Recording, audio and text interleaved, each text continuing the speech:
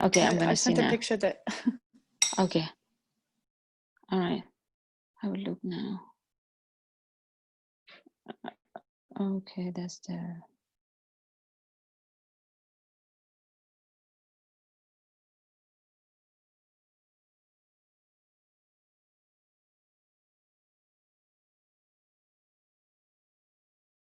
Okay, then I see the same thing then. Thank you so much.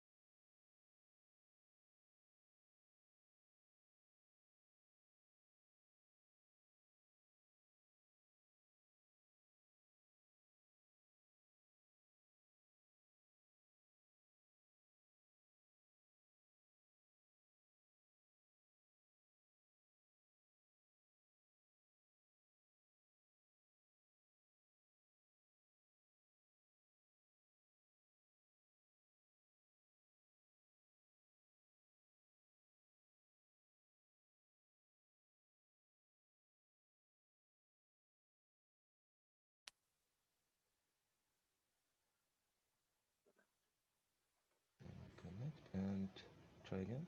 Hi, everyone. Hi, everyone. Can you hear me? Yes, Yeah, we can. you. Super. So you can all hear me, yes? That's great. Okay, we're going into chapter 5, thoracic spine and rib cage. Welcome to the weekend and your YTT 300. And so let's start by looking at page 65 of Yoga Body.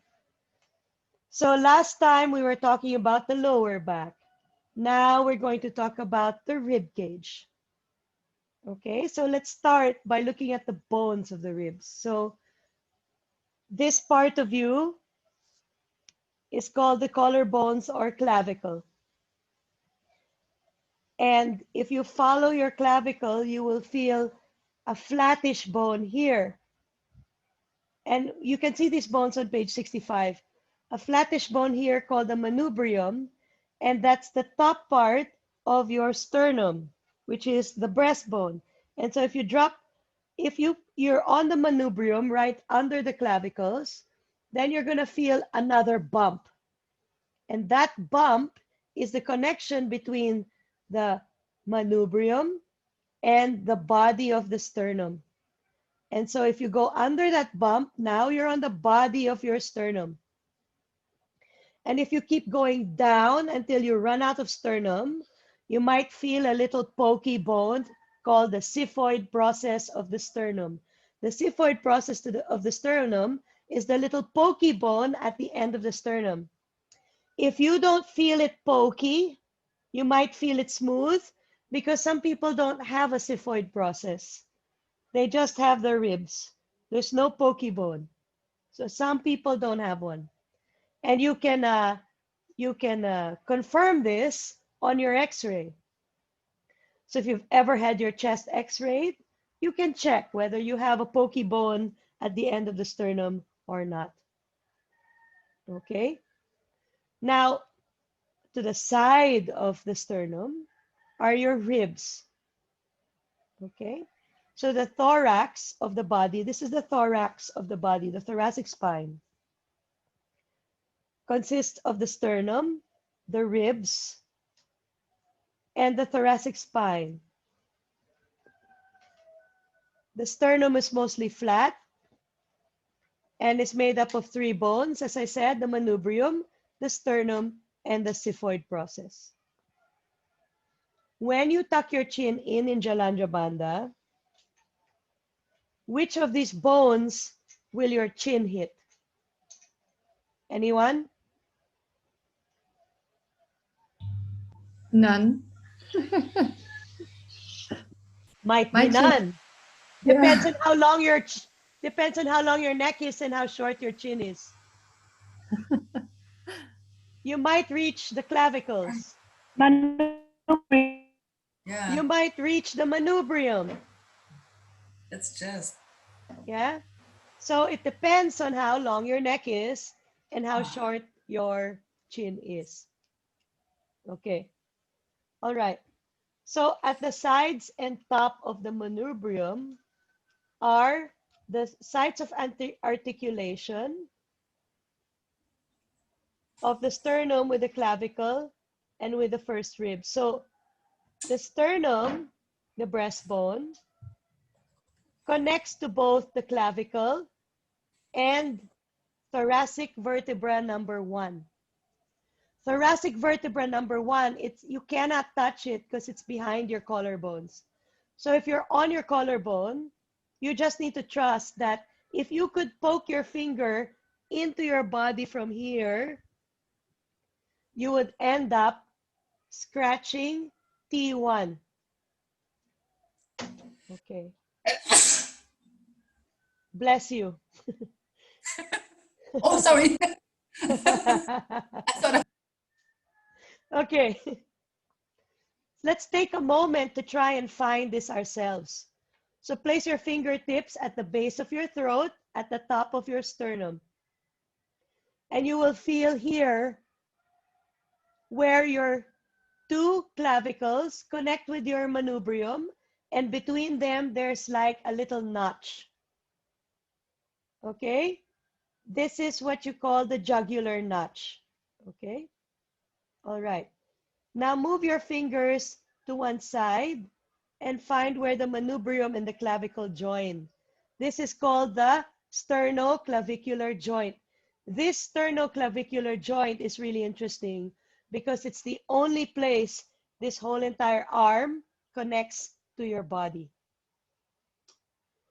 The sternoclavicular joint is where your whole entire arm, this whole entire thing, connects to your body at the sternoclavicular joint because the scapula behind is not connected to your body. That's why when you break your collarbone, what happens? You're unable to use your whole arm. Your whole arm is done because it has now lost connection with the center of the body. There's no more lever for you to do the movements. The muscles no longer have a lever onto the body and you can't move the arm. Okay. So the next part of the sternum is the body of the sternum, the largest portion of the sternum.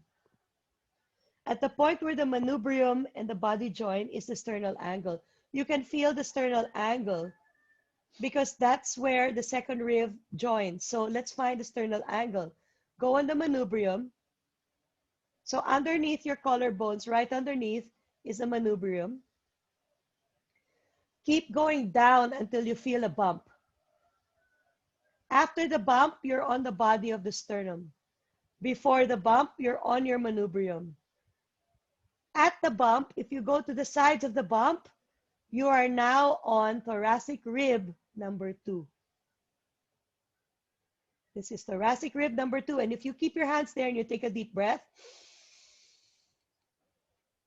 you might feel it going up. And exhale, you might feel it going down. Okay, just a little bit. Moves only a little bit. Okay. In adults, the sternum is a key site for blood cell production. So the breastbone is a site of blood cell production. The sternum ends at the xiphoid process, although some people don't have one. When you're younger, it's made of cartilage. But when you become 25, it becomes bone. And this is where your ab muscle connects. Finally, the sternum articulates on either side, not only with the clavicle, but also with the cartilage of the first 7 ribs. So if you go to the side of your body of the sternum and you press, that's actually, there's a little bit of soft space with give. And then if you keep going some more, it kind of feels a little harder. Because the area before your rib and after your sternum is a little bit of cartilage. The first 7 ribs don't have much cartilage, only a little bit. The last ribs, the last 7 ribs, including the floating rib, has a lot of cartilage because your ribs need to open and close when you breathe. And if the last 7 ribs did not have a lot of cartilage, your lungs would get poked by your ribs. And that's why the last 7 ribs have lots of cartilage. And you can check this because when you push on it, it's bendy. Whereas when you push up here, it's really not bendy at all. Okay. The ribs make up another major structure of the thorax. There are 24 ribs. So divided by 2, how many ribs do we have? 12. We have 12 ribs. Okay, which attach posteriorly to the thoracic vertebra. So we have T1 up here. You can feel T1 after C7. So if you find the bump, so if you trace your neck and you feel the first bump, the biggest bump of your neck, right at the base of your neck, that's thoracic spine number 7. I'm sorry, cervical spine number 7. You know it's your cervical spine because when you move your neck from side to side, it moves. If you go right below that, you're now on thoracic vertebra number 1. And you know you're on thoracic vertebra number 1 because when you move your neck, it doesn't move. Okay, that's how you can tell the difference between C7 and T1.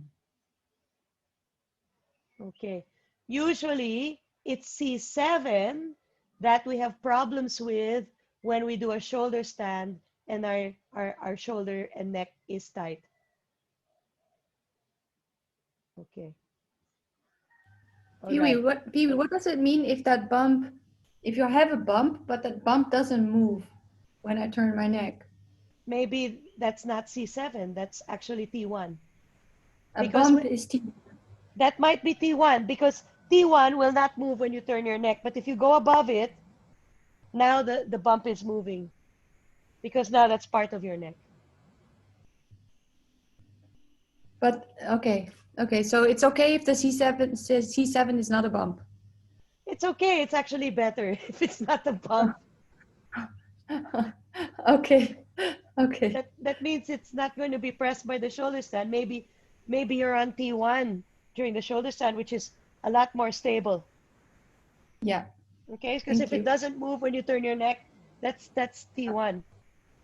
Okay, so T1 to 12. T1 is up here, and T12 is down here. So how can you find T12? You start from your rim of your pelvis behind, the back of your iliac crest, and you use your thumbs and you keep going up until you feel a rib. And that's your T12. The first rib you feel is T12. Did you get that? Yeah, yes, I'm just saying face the camera. Okay. Anteriorly, in the front, ribs 3 to 7 articulate directly. So that means they connect directly to the body of the sternum by the costal cartilage. So the body of your sternum connects T3 up to T7. These are sometimes called true ribs because they're completely made of bone. And these ribs attach to vertebrae T1 to T7. Okay, remember that your first rib is not above the clavicle. It's a little bit inside and below it.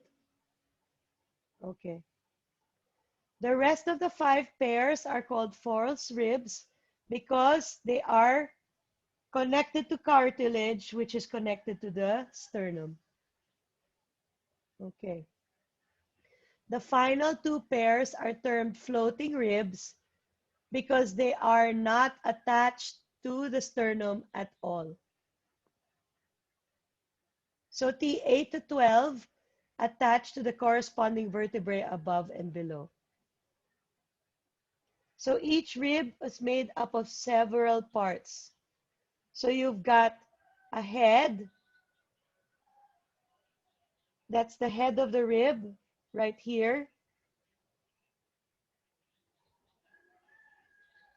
The head of the rib is enlarged and has 2 articulated surfaces or 2 spinous points that are jutting out of it, okay, which join with the bodies of the 2 adjacent vertebrae.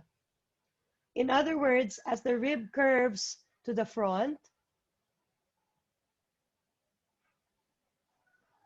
it touches 2 vertebrae, the one above and the one below.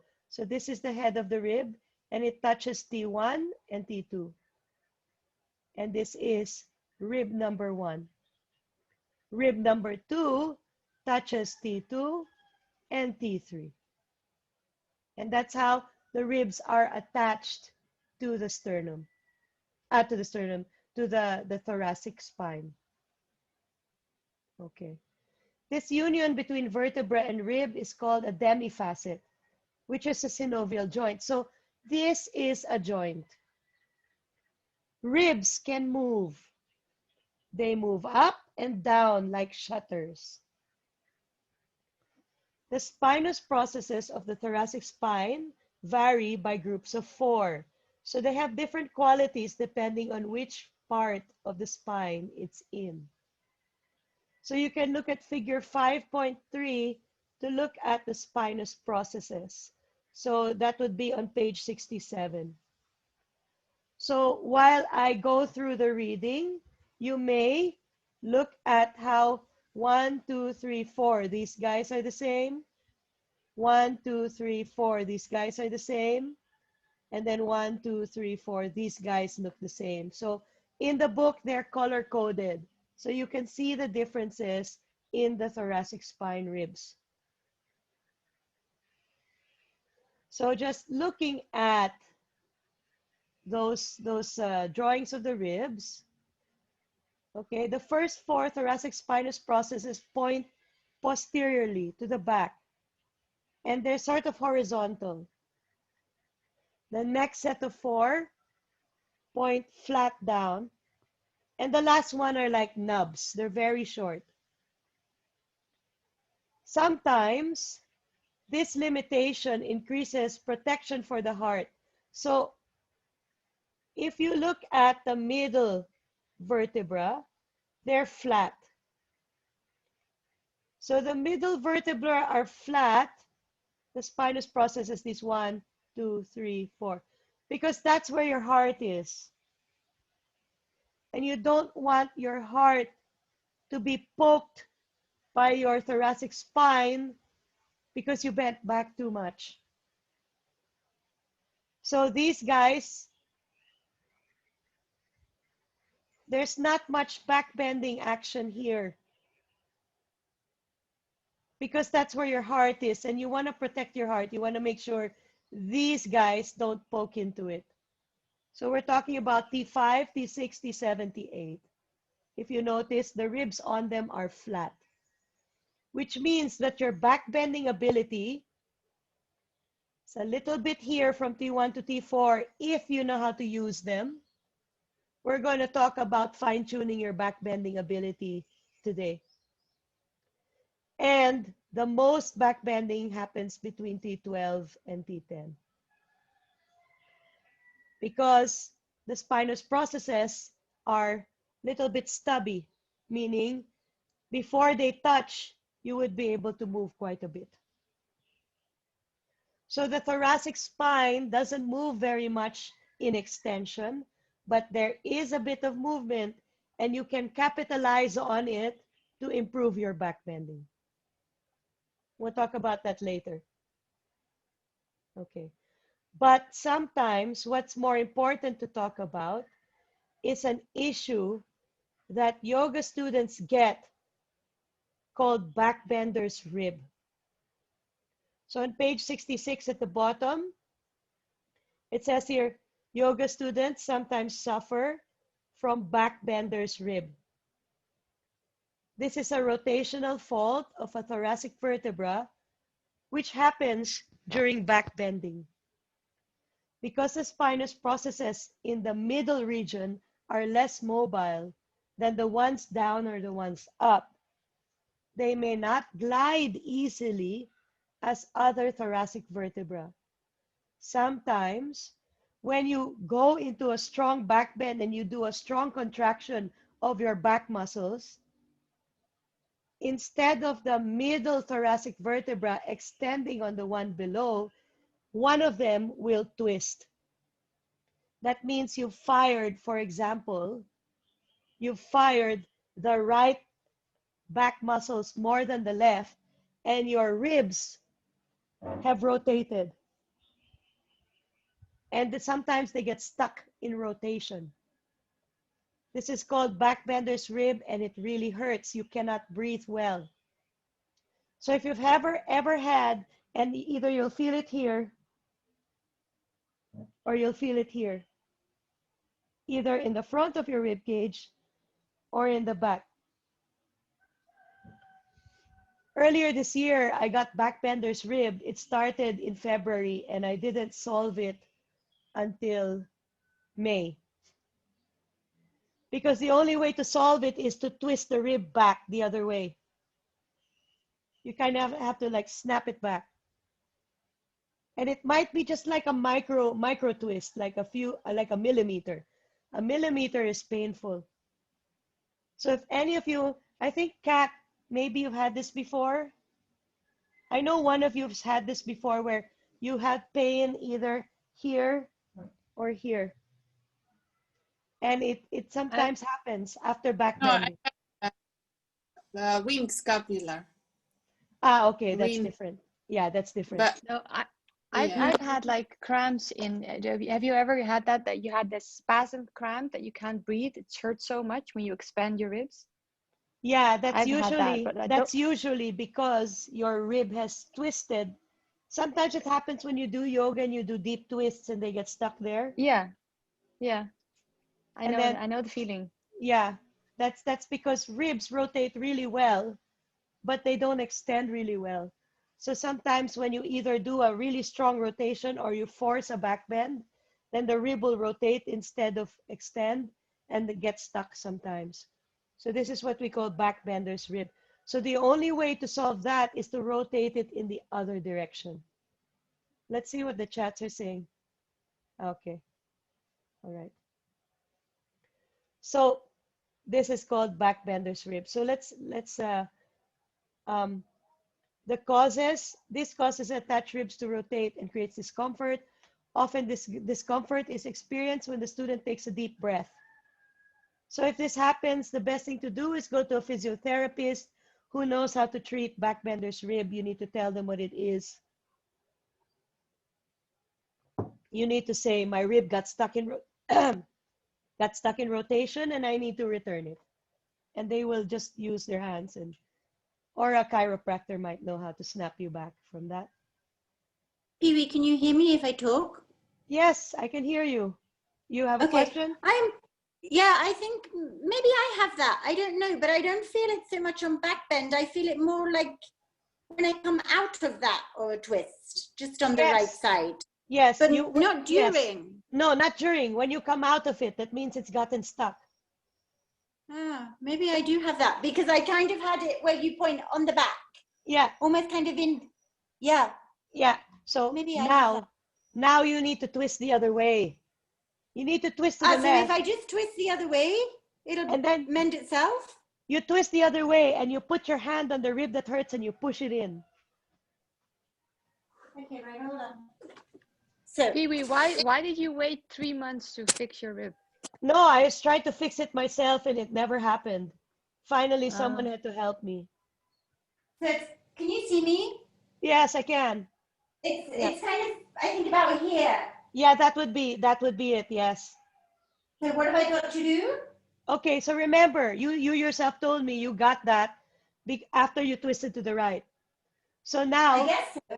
yeah, so have a look. So this is my right side rib. Yeah. I got it from twisting to the right. For example, I'm you.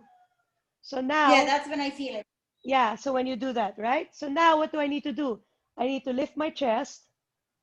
I need to press my thumb into that rib. And then I need to twist to the left. So I need to keep pushing into it as I twist to the left. Because what's happened is it's gotten stuck. Okay? Or if that doesn't help, because what's happened? You've twisted to the right and it's gotten stuck. I'm sorry, you don't push into it. You press the front part of the rib and you twist to the left. So push the front part of the rib back and then you twist to the left. And you just keep pushing into the I front just part had a of the bit of rib. a sort of pop crack. Maybe I've mended it already. Maybe you have. Does that mean Okay. it's mended? Try, Oh, see thank what you happens. so much. See, go see what happened. Thank you. I'm glad I joined this point. Oh, that's better already. Wow. Amazing. Okay, there you go. So, recapping. So if you twist it to the right and your rib got stuck. Online healing. Yeah, online healing. What it's called? It's not magic, it's anatomy. Okay, so what did we do? How did we fix Debbie? She had backbender's rib because she twisted to the right and it got stuck. How do you heal it? Lift your chest, push into the front part of the rib, and twist to the left. And then you're going to snap it back into place. And that's it. Okay, now we know. Pee-wee, I think it's beneficial to also, because I think I had it at one point, but the pain was on the front side. So I think it's good to describe that, what to do if it's on the front side instead of on the back, how you feel Then you it. do the opposite. You push from behind. And you twist the other way and you push from behind.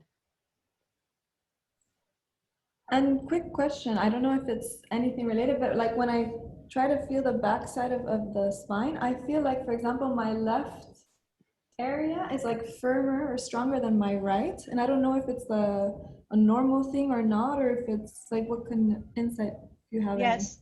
So we're going to look at the musculature of the back and explain also and give therapeutic ways to strengthen and equalize the strength of the muscles on the right and the left side of you.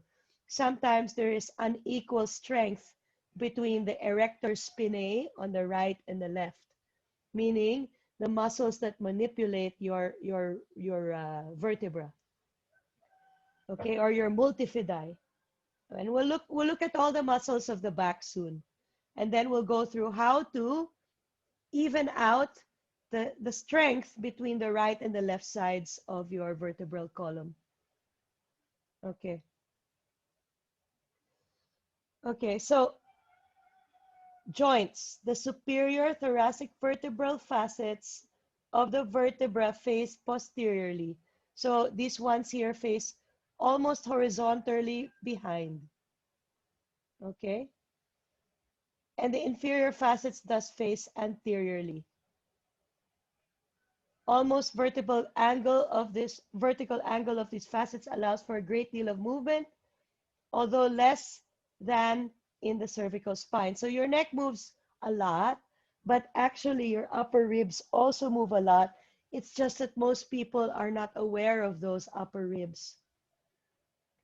And we'll do an exercise soon to make you aware of your upper ribs. And this is going to help your back bending as well. Okay. So side bending is particularly free up to 45 degrees. So your thoracic spine bends sideways a lot. It has 45 degrees of sideways bending.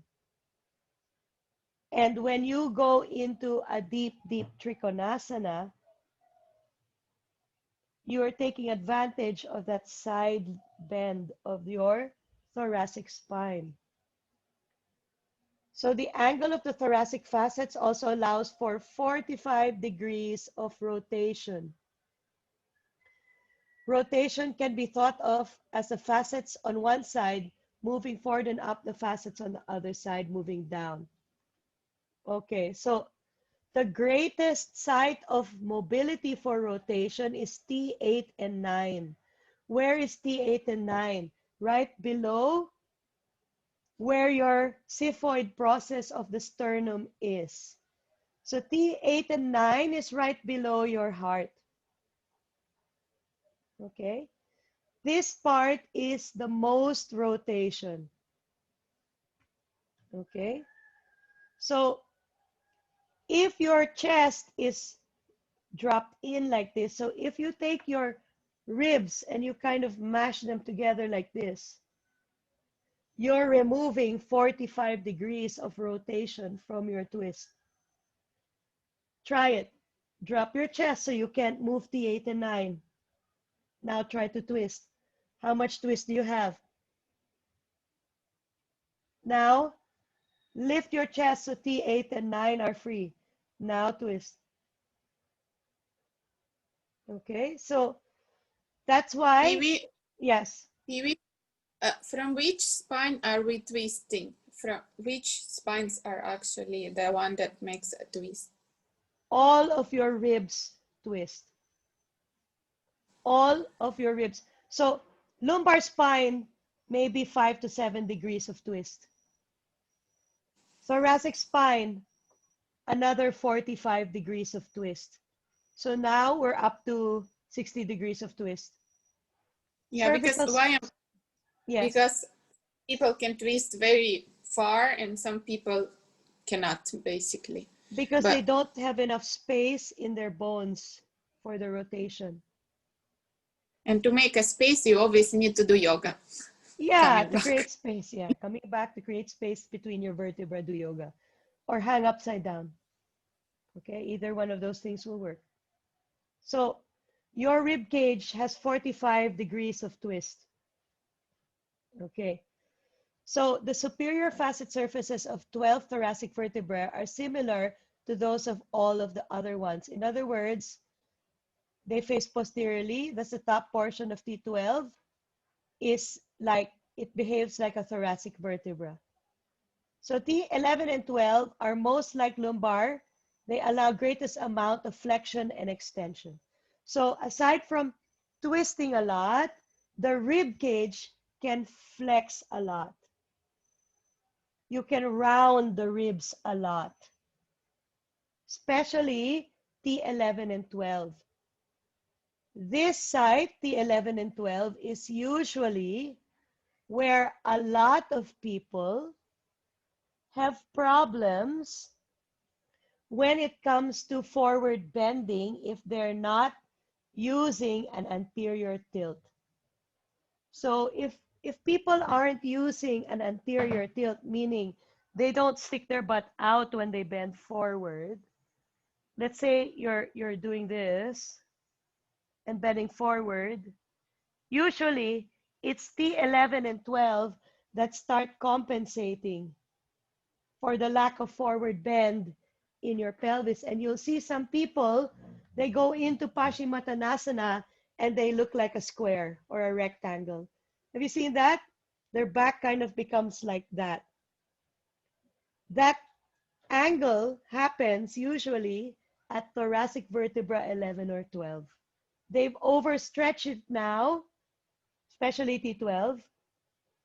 So L1, T12 becomes overstretched because their hips are in the wrong position. And then they look like a rectangle. Okay. So you will recall the fascic surfaces on the bodies of the thoracic vertebrae connect to one another. There's a demifacet on the vertebral bodies, which is the site of articulation of the ribs with the vertebra. Okay. Finally, it should be remembered that the cervical thoracic intersection is a unique joint. So we're talking now about C7, T1. So again, palpate and find C7, T1. C7 will move when you turn your neck. T1 will not move when you turn your neck. So that the joint between C7 and T1 is unique. It's called a transitional segment because the upper part acts like the neck and the lower part acts like the rib. This is the site where a lot of times you get something called cervical lordosis. So if you look at some people, their backs look like turtles. They look like, you know, ninja turtles. They have like very rounded shape, and then their neck kind of goes like that. And they've got this big hump here. So Is that that like sometimes happens. Is that like the C shape of the neck and the back? Yeah, but it's not even a C. It's like a hyper C. But there- this And- cervical lordosis, Yes. every third person has a starting study of cervical lordosis. I just went through the poster workshop, I mean the long one. So I had this cervical lordosis, we look at it, and it appears that not every second, but every third person has it because of the phone. Yeah. Because the in office work. So we all kind of like that. But if we don't take yoga, you can use to fix it. The first thing is to fix it, the roll. The roller, foam roller. Foam roller, yeah, sorry. And also Okay. old people have it, right? Older people, they start to have, it's called a widower lump or something? Yeah, Widow because, lump, something? yeah, because the space between the vertebra collapses. And as the space between the vertebra collapses, there is a tendency for the neck to sag forward as the vertebra collapse. Yeah. Okay, so my mom is a ninja turtle. I'll never look at her spine in the same way again. Okay. But, you know, it can be sort of maybe alleviated a little bit with a very mild extension work, and strengthening the muscles in the back of the neck. So the very easy fix. So the first incident of cervical lordosis is the forward head position. See there, this is proper position. This is forward head position. Tightness of the scalenes, we'll see them later. And weakening of the muscles here. So what you want to do is take your hands behind your head if you work in an office and push the chin in and press the head against the hands and then start to lift the chest. This is why I started putting this move into my warm-ups. If you've been to my class, I'm fond of doing that. Push the chin to the chest and press the back of the head into the hand, because this is the counter pose of the forward head position. Okay. All right.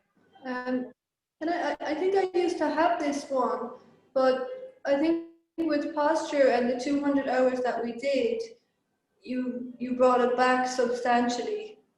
Does that happen with posture and yoga? So it's not like a genetic thing, it can actually be reversed. Yeah, you can actually reverse it. You might be genetically predisposed to it, but you can also reverse it. Yeah, I think you did mine. Thanks. You're welcome. Okay. Question, what if like someone has the C shape, right? Yeah. But then they've also had the surgery where they like get metal plates to replace cervical vertebrae. What would you still provide the same type of mild extension and strengthening of the muscles in the back and that stretch, or would you do something different? The metal plates are already there, yes? Yes. Okay. Then you could probably, so they've corrected it already, but you could still strengthen the back muscles by pressing the head against the hands. So you could still strengthen the back muscles, and you could do some extension work on prone. I would probably do prone extension work instead. Prone extension work? What is, sorry? Go on your belly and go into locust and lift the head off the floor. Okay.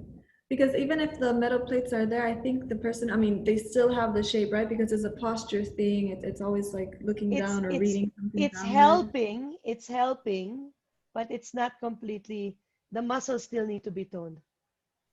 Okay. But Thanks. the thing is mobility of the neck won't be so mobile anymore. That's the thing. Okay. So the best place to check out your students' posture is in Tadasana, of course. So put your class in Tadasana and check them out. But remember, posture starts from the ground up. So before you correct their neck, you check out the rest of them. Because something from downstairs will affect upstairs. So sort out downstairs, and when that's sorted, then you address upstairs. Okay, you already know that. Okay. Connective tissue. Ligaments of the thoracic spine are discussed in another chapter. In addition, however, the thorax is unique because of the costal cartilage. So what is the costal cartilage? It joins the ribs to the sternum. So you think of the costal cartilage as the putty that connects the rib to the breastbone. And again, there's more costal cartilage in your lower ribs and less costal cartilage in your upper ribs. Okay.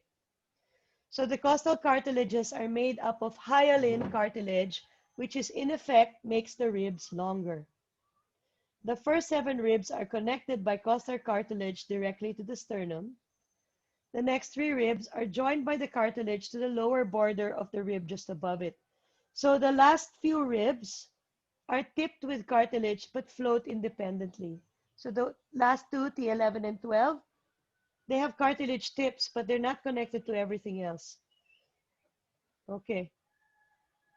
So another important structure in this area is the thoracolumbar fascia.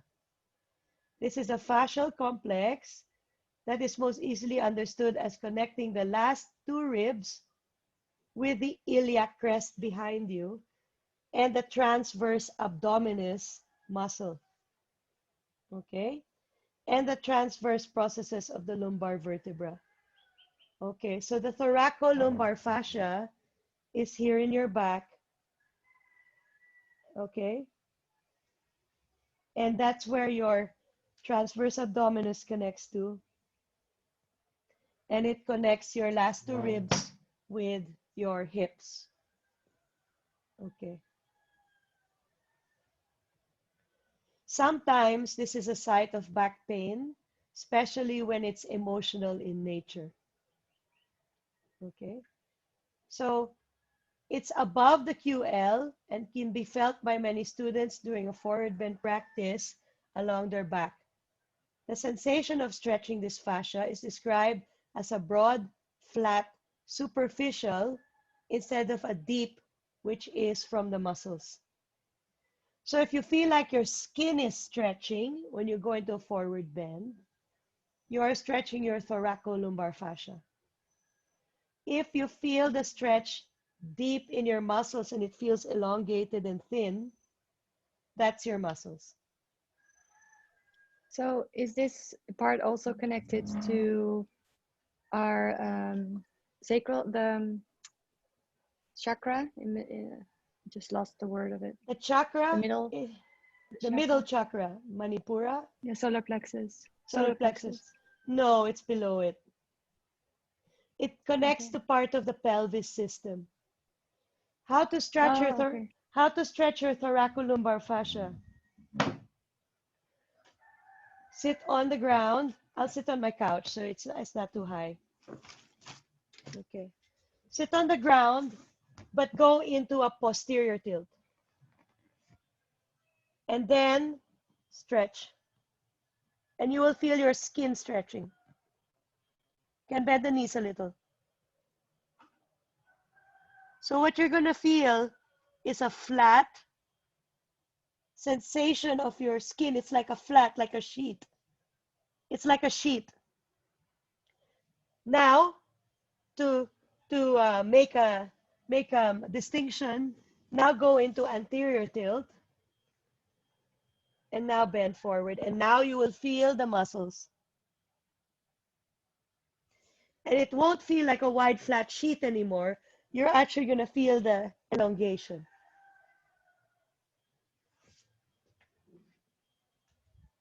Try it yourselves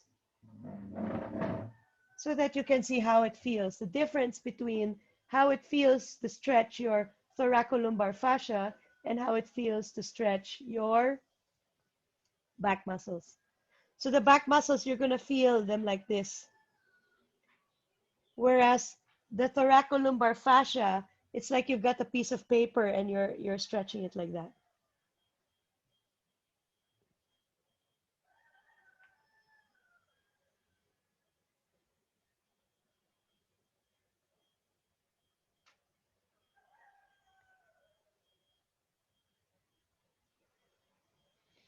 Okay.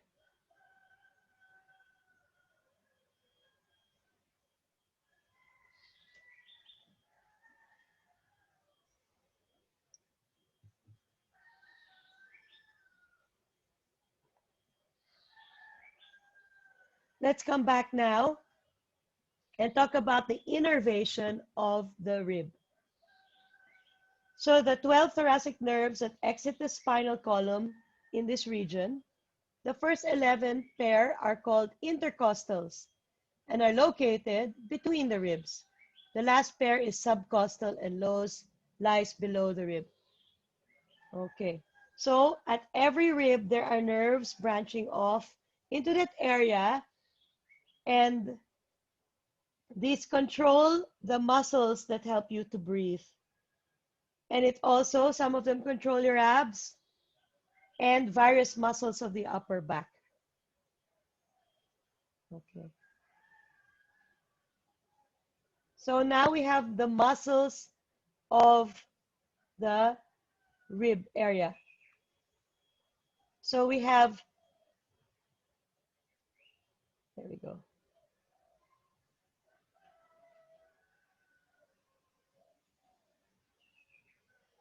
We have the extensor muscles of the thorax or posterior paravertebral muscles.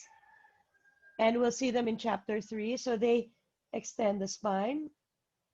Then we have the flexors and the rotators of the ribs. And again, we'll get to all the muscles in chapter 3, the muscles of the back. Then we have the intercostal muscles that are in charge of breathing. We have the muscles that do this, and we have the muscles that do this. And they're called the intercostal muscles. First, we have the external intercostals. And so from the lower border of the rib and attached on the upper border of the rib below. Okay. And they are at right angles with the internal intercostals, which start from the inner surface of the rib and then insert down and back into the upper rib. So you've got one set that does this to your ribs, and one set that does this to your ribs. So either they draw the ribs together or they lift the ribs away. Okay. So one of the most unfortunate actions, kinesiology section, that sometimes happen in asana practice is over flattening of your natural ribs shape. So we have a natural rounded shape of our rib cage. See how if I take my hands out of the way, you will see my lumbar spine goes in, but my thoracic spine curves backwards. You can see lumbar spine curves inward, thoracic spine curves backward. What happens in some people is they end up flattening that curve. And the borders of their front ribs end up winging, sticking out. Now my ribs are sticking out here. We call them pigeon-breasted. So when you're pigeon-breasted, you've lost the natural kyphotic curve of your ribs, and your front lower ribs kind of stick out a little. Okay. But BB, in this, the shoulders goes a little bit up, or the shoulders, they don't move in this case? No, we're not talking about the shoulder. The shoulder is independent. We're talking about the shape of the thoracic spine. Yeah, because I have my close friend who's like that. That's why I'm asking, because sometimes it's repositioning the shoulders because they're always trying to. Yeah, this is what happens sometimes. This is what happens. This is the difference, okay? Because I used to have this, so I will show you. Sometimes you lose the curve of your ribs, so you lose the kyphotic curve, so you get pigeon-breasted. So this starts to stick out. But in response, your shoulder comes forward. So now you think you're straight, but actually these muscles are straining all the time. So again, ribs stick out, but the shoulders are rounded forward. And the chest is tight. See that? That's a postural fault. You're not in the correct alignment. What should happen is kyphotic curve. So you don't want to lose that. See the natural rounding? But your shoulder is square. So this is the natural position. Your ribs don't stick out. Okay, yes, someone had a question. Does my body posture look like this because I have lordosis or no? It's not about lordosis. It's about losing the kyphotic curve in your throat. Let's do this. Let's stand you up and turn you sideways so we can check. So stand up and turn sideways so we can see you.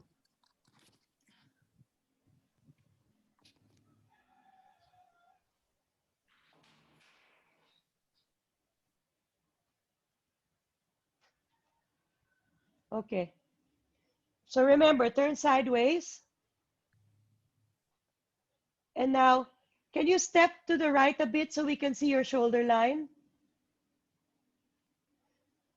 Okay. So let me just use the arrow pointer. Stand normally, okay?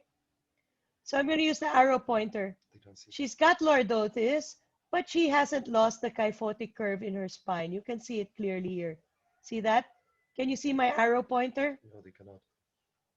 They can only see the arrow. Oh, you can see the arrow here only. You can't see it on there. So what do I do? I didn't see anything. I just see you in the book. Wait. I'm changing the, can we put it to gallery view? Or how do we see her? You can put it on gallery view yourself. So now everyone will see her, I believe. Okay, now everyone should see you. Yes? Everyone can see you now?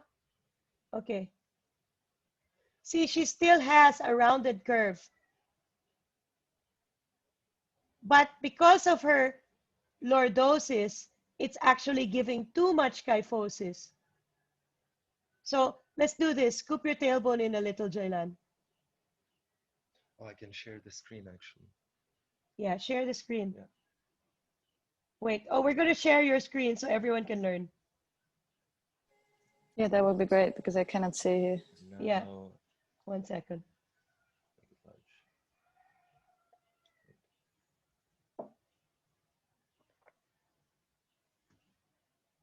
Ask if everyone can see. Okay, can everyone see Jailan now? Yeah. Yep. Good. Now we can do this. Okay. So, Jailan, scoop your tailbone in a little bit. No. No? Who can't see? It's Karin. But I think if she puts the mic on, then maybe I can see because I can only see the people that are speaking. Okay, put the mic on. It is on. You just turn it off. Just click on Now it's Jailan's on. picture. That makes her bigger. No, with the iPads, it doesn't work like that, Hilke, I don't think. Yeah, I Okay. don't have the option of the gallery now. Never mind, but it's recorded. So you can watch it again. Okay, turn sideways. Now scoop your tailbone. Okay. Now roll your shoulders, external rotate your shoulders a little bit, turn your thumbs outwards. Okay, now the only thing we need to fix is, so this natural kyphosis of the spine is normal. This natural lordosis, we fixed most of it. You're going back, scoop the tailbone again. Scoop the, there, stop. Hold that thought. Now put your hands behind your head and push your head against your hands. Step back a little bit. Step back so we can see you. A little more. Okay. So let's start again from the top. When you push your head against your hands, use your neck muscles and not your chest. See, you're using your chest. Use your neck muscles. There you go. Drop your chin. Drop your chin.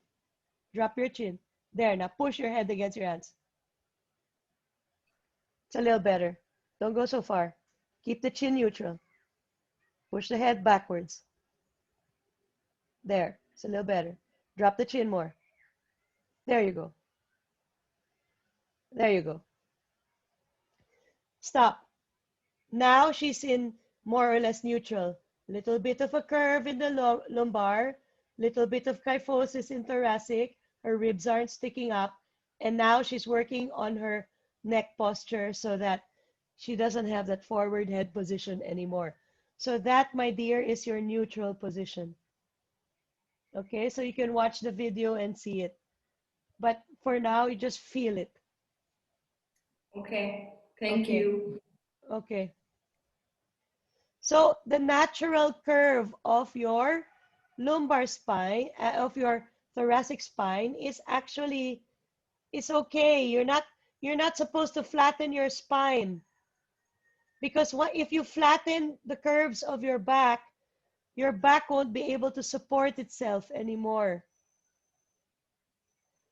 Okay, so students are sometimes taught to lift the breastbone with the intention of opening the chest. That's fine to do if you're doing a back bend, but not in Tadasana, because you're going to flatten the curve.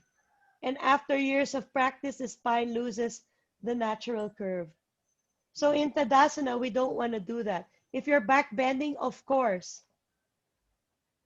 So what to do? Stand on your non-skid mat, placed near a doorway. Hold onto the edge of the door with your arms at chest level and your hands crossed at the wrist. Walk back and around the spine.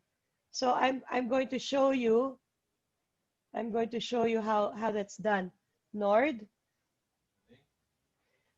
can you take the camera? Yes, where? To the door. Here.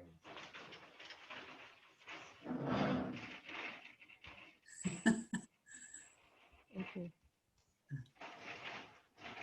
So my cameraman is now moving the camera. Oh, by the way, I'm moving into this super awesome house. And it's gonna look so much better. And you're gonna have an amazing, you're gonna feel like you're in Bali. Okay. So this is a doorway. Maybe doorways are naturally like this. You grab the two ends, and then you start walking back. And then you just lean back and drop the ribs in. So the important thing is to use your transverse abdominis and drop the ribs in. Drop the ribs in and lean back. Drop the chin. Scoop the tailbone. And what you're going to feel is a stretch here. And that's how we're trying to recapture again the lordosis of the thoracic spine if you've lost it and became pigeon-breasted. How do you know someone's pigeon-breasted? Their rib cage sticks out. My rib cage is sticking out now. Can you do it again? But, So now I'm pigeon-breasted. My rib cage is sticking out. You can see my rib cage sticking from the front. Can you see it? Because I've lost the lordotic curve of my thoracic spine. So I go and I do this. And I drop my ribs, close this space, make it smaller. Drop the chin, scoop the tailbone. Okay. So that is a way of correcting posture. Which way do you want to go? Just in case you have lost the lordotic curve of your spine. Okay, we've got some questions here. I had loss of normal lordosis, Siobhan. Is this the same? Do wall angels every day and it fixed the problem? Yeah. This might be the same, but maybe only a slight feel. Oh my God, you guys, the place I'm moving to, amazing. Because it also has 100 Mbps internet. So it's going to be a lot better for our 300-hour, we will have no more problems with sound or video. When are you moving?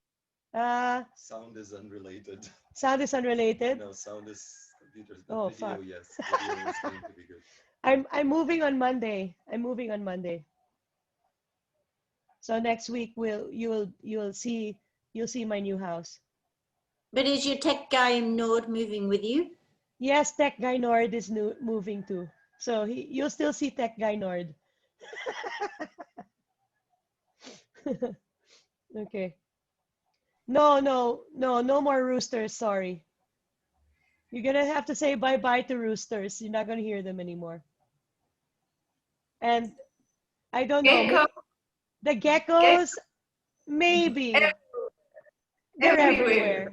They're everywhere. And it's near the jungle, so you will still hear wildlife. Can you put the book back? Yes. Okay.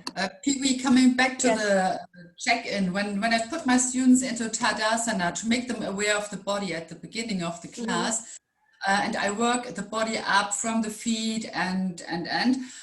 When it comes to the upper body, I tell them to open their shoulders, to spread their collarbones to the sides, to push them to the sides, and then I can observe how they wing their ribs. And I tell them to put their lower ribs back in again, and you should see all these astonished eyes then. Oh yes, that happens. And then automatically that goes in, and I tell them to put their scapula down, and bam, it's a wonderful tree of mountains. Yeah, wonderful forest of mountain poses.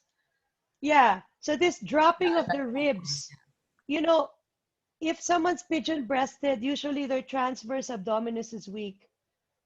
And so it's a really good exercise of drawing the ribs in and down when they're standing in Tadasana.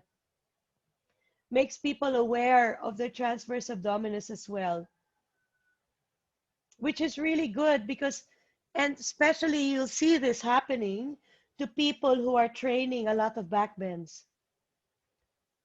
When people train a lot of back bends, sometimes they forget to go the other way and work the transverse abdominis, put the rib cage back into its original alignment. If you're doing strong back bending training, but you don't go the other way, then you start having this pigeon-breasted effect happen to you. Okay, someone's saying something. I can see my scapulas when I'm standing. Okay, that might be winged scapula. Is it flat? Well, you might see a little bit of it, but if you see them poking out like that, that's called winged scapula. That means that there's a certain muscle called the serratus anterior that's a little weak. And we can do exercises to help with winged scapula. And we'll talk about that when we get to the shoulder. Okay. So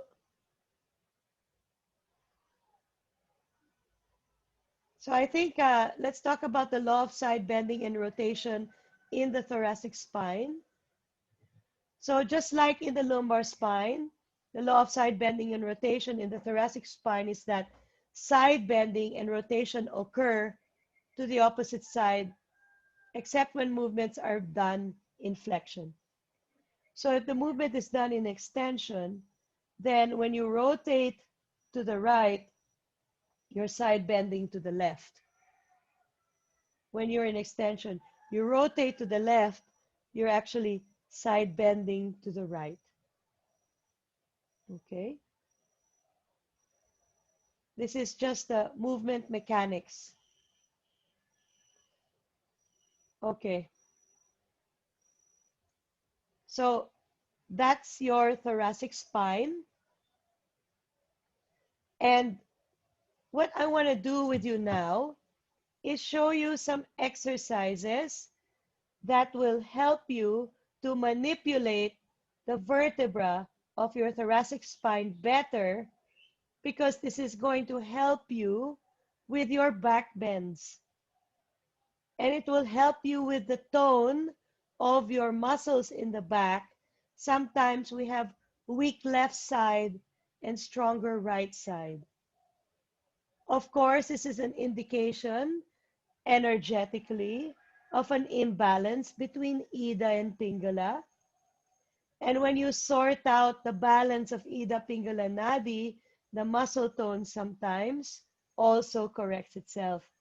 But if you want a more physical way to correct the muscles of your thoracic spine, what you will need is a tennis ball or a trigger point ball and a wall. Okay, Nord, can you go into the kitchen and find either a ball, something that's round, like a tomato or something round? Okay. I'm just going to show you with a, a piece of fruit, what you would do with a tennis ball, because I don't have one. Okay. Oh, we can also use a block. Nord, never mind. Okay. Can you come out here, please, and help me with the camera? Yes, what would you like to do? So I'm going to use this block, and I'm going to put it against the wall. Which wall is the best to use so we can see?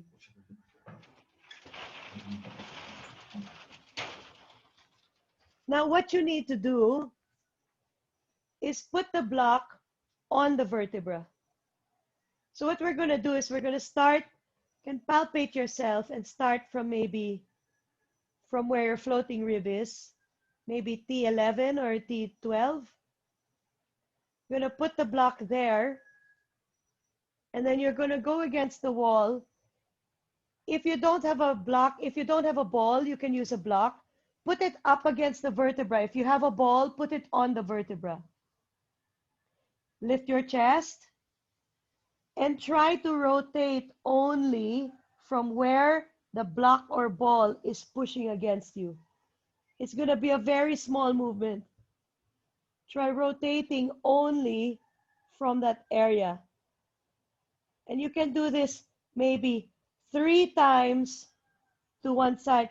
Try to rotate only from that area. Of course, everything above will rotate as well. But try to isolate the rotation on the rib right where your block is. And then you go the other way, isolating the muscles right where the block is. Do a few rounds of this.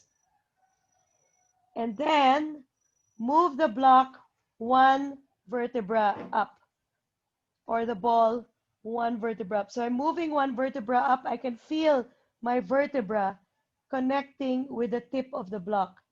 And again, I'm going to try and move only that rib.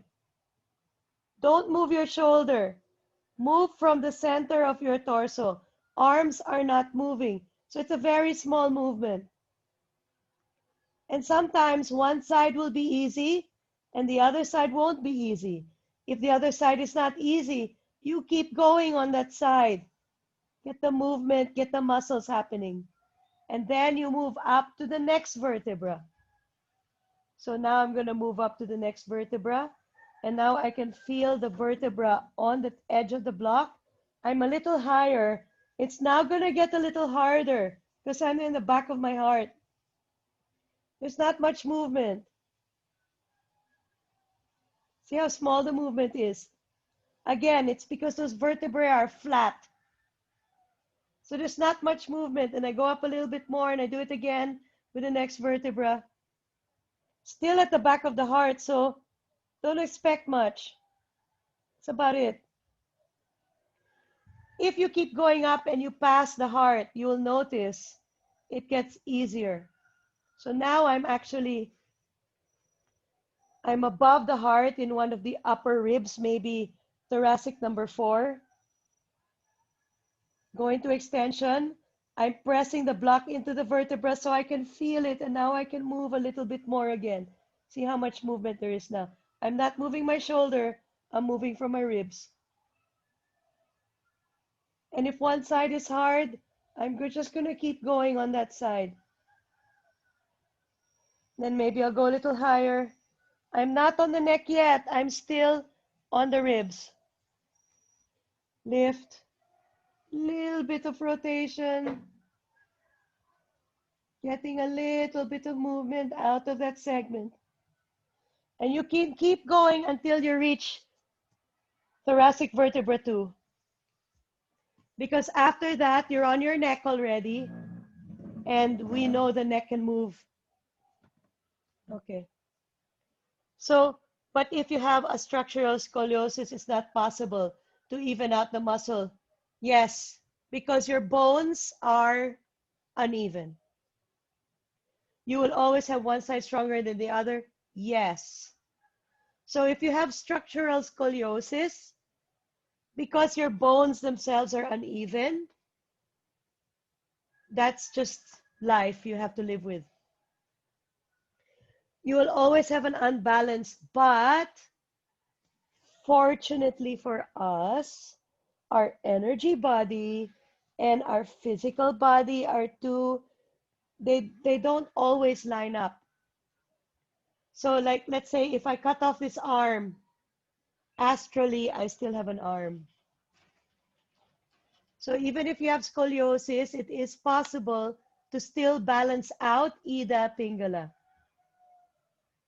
So it doesn't mean that if you have scoliosis, you'll never get a Kundalini rising. Because Ida and Pingala can balance out even if your physical body is not structurally even, your energy body can still balance. So don't worry. You know, Samadhi states don't discriminate on the physical structure of your body. You can still get to Samadhi with scoliosis.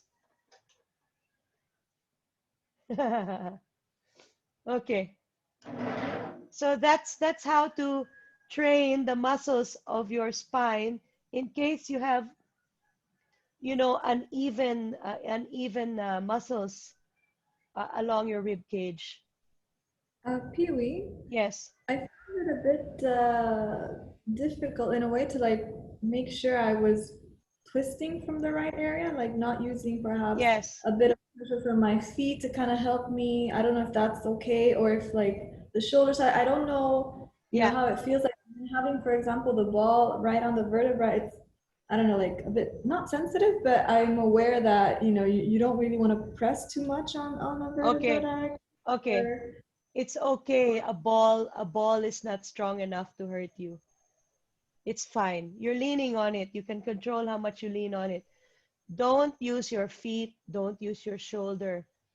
We're training the mind to have more control over our muscles. And sometimes this takes a little bit of practice. It could be that you never use that vertebra. You never use those muscles. And so it's going to be a little bit difficult at first sometimes to actually make sure you're using those muscles. In this case, you probably need the help of a friend. So let me show you how you can help someone to use these muscles. So I'm going to get Nord to come and sit on this chair.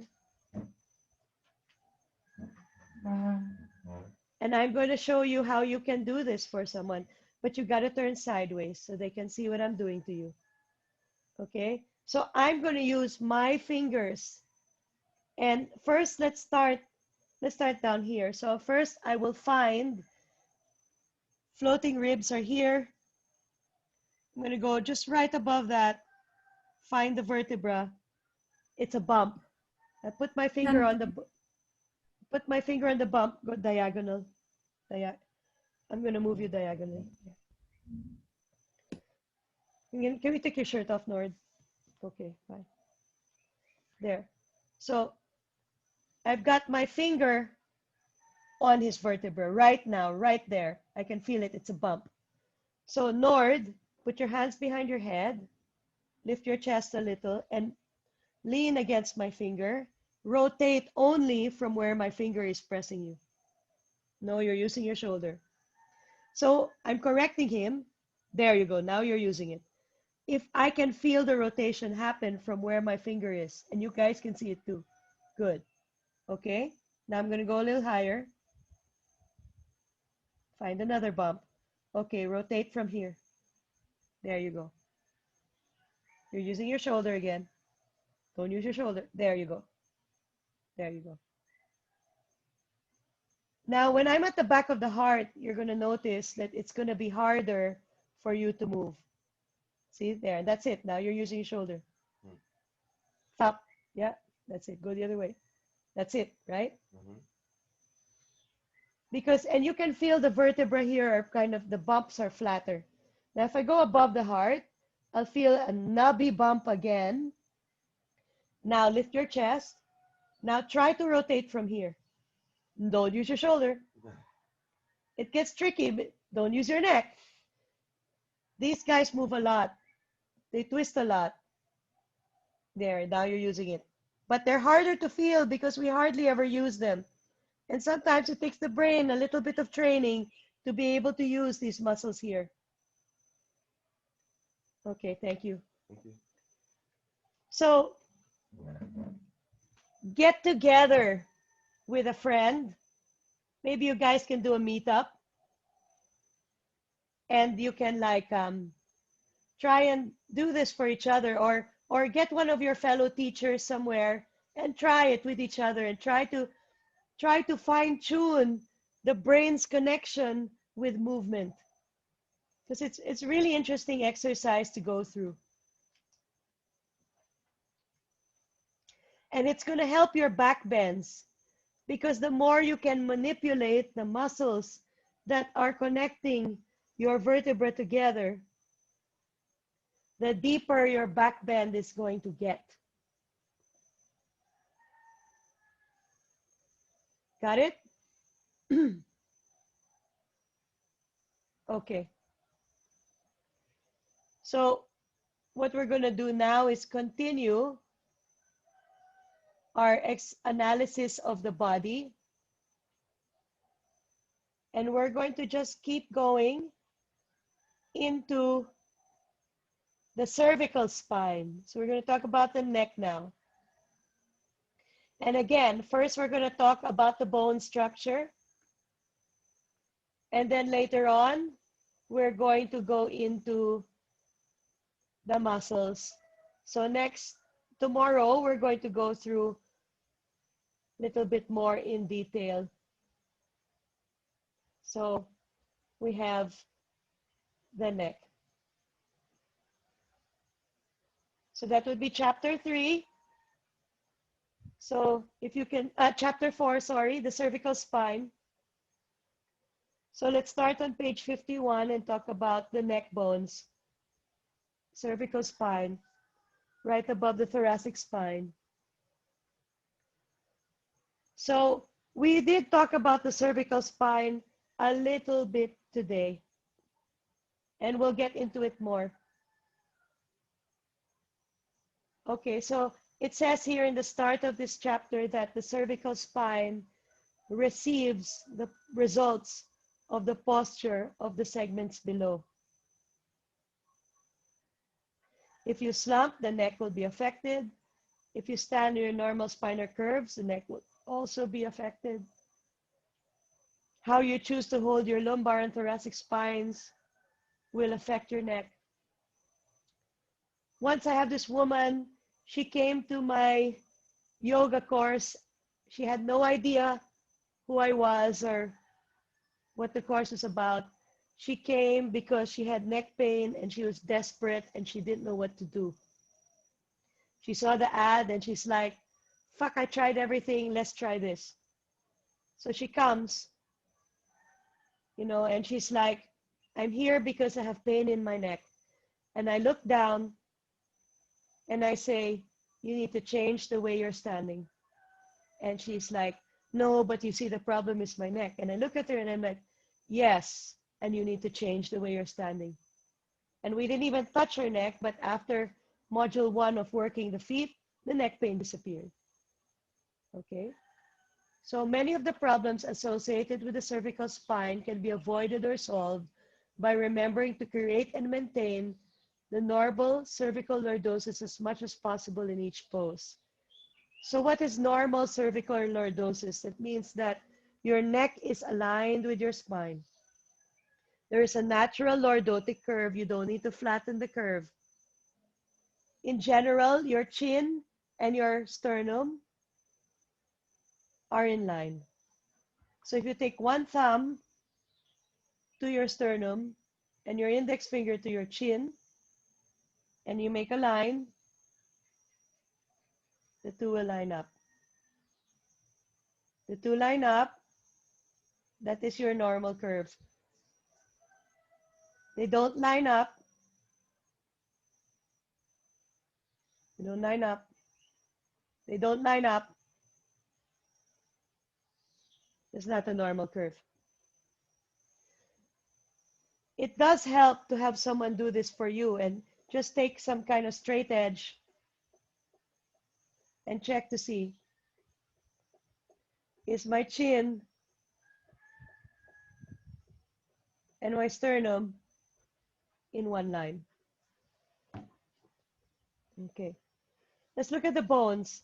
The top 2 cervical vertebrae are especially unique, both in structure and in function. So on the next page, you can see the bones of the spine, the cervical vertebra.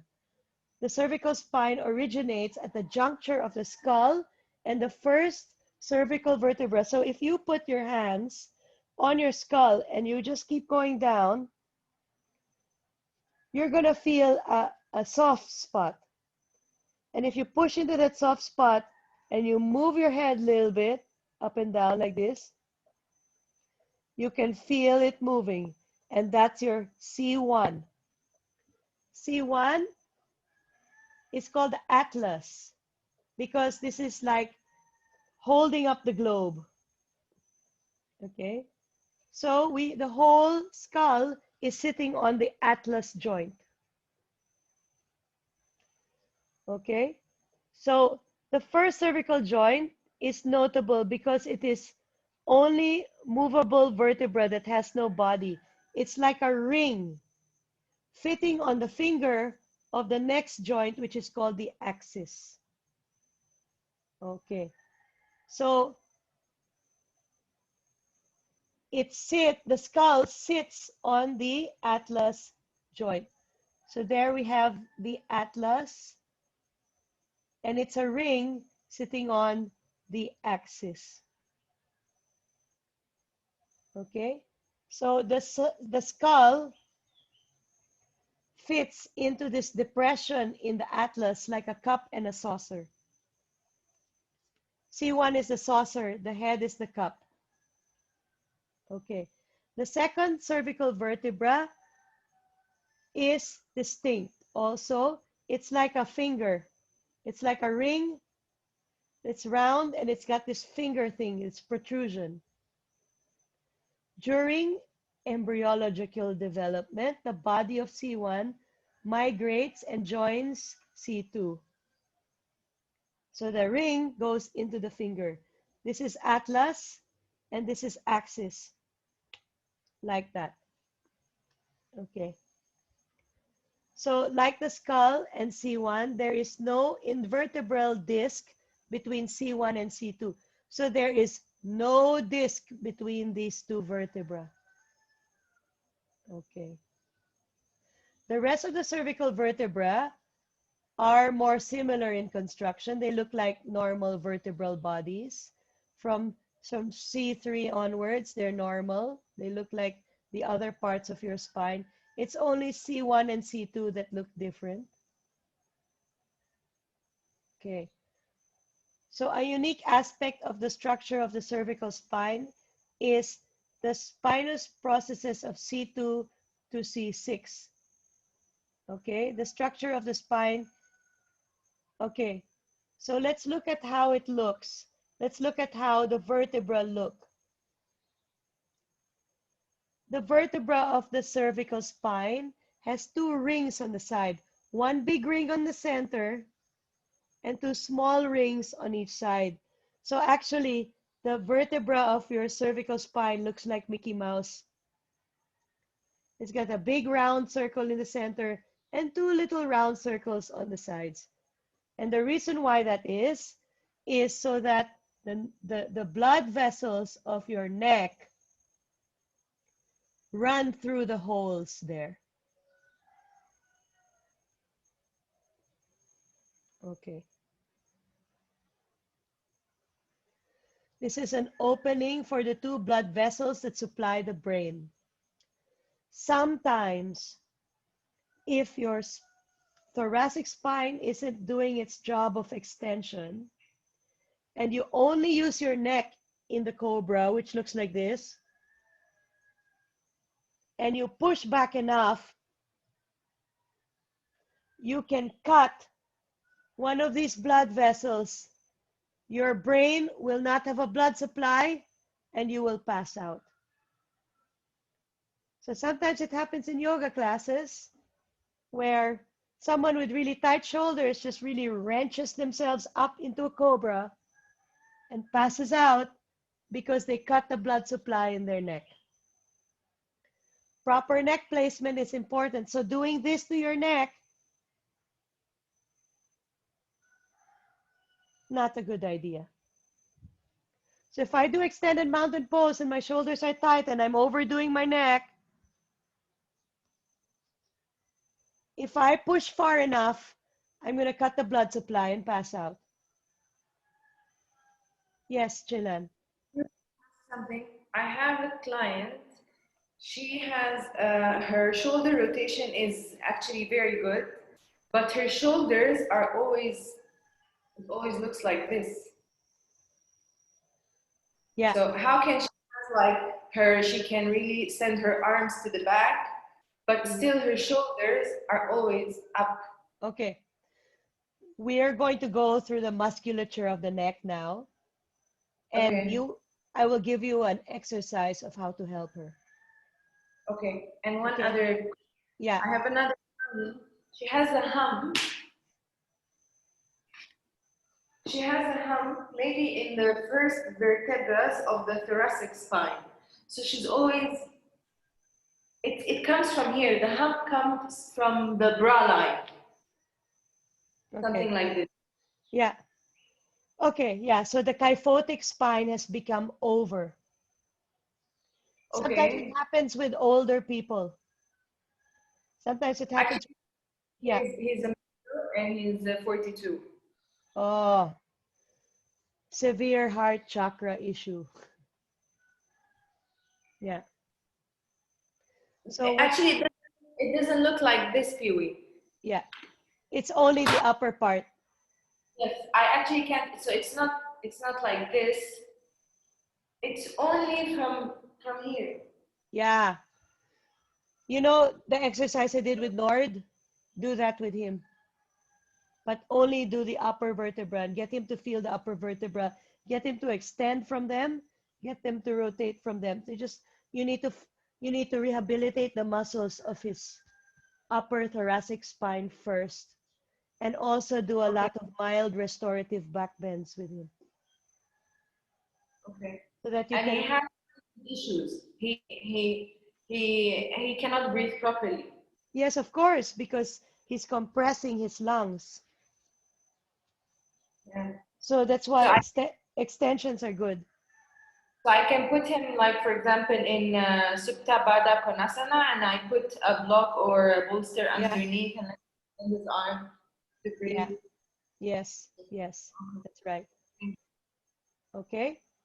So it's important to understand the significance of this relationship in asana. The movement of the cervical spine can directly affect the blood supply to the brain. This artery right there can be occluded by a combination of rotation and extension.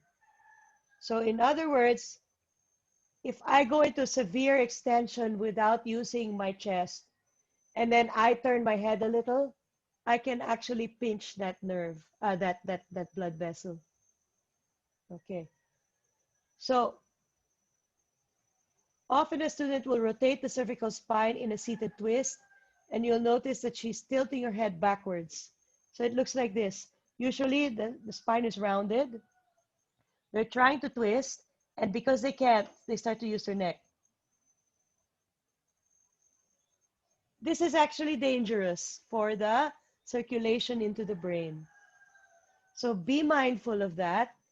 Address it right away. Come towards them, have them open their chest more, and tell them to move from here instead of from their neck.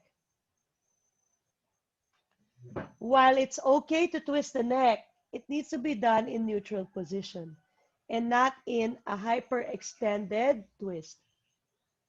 So the hyperextended twist for the cervical spine is actually dangerous for the blood supply of the brain. Okay, so I'm just recapping. The other source of blood and oxygen to the brain is the carotid artery on the lateral sides of the neck. Let's find our carotid artery. Turn your neck to the right and find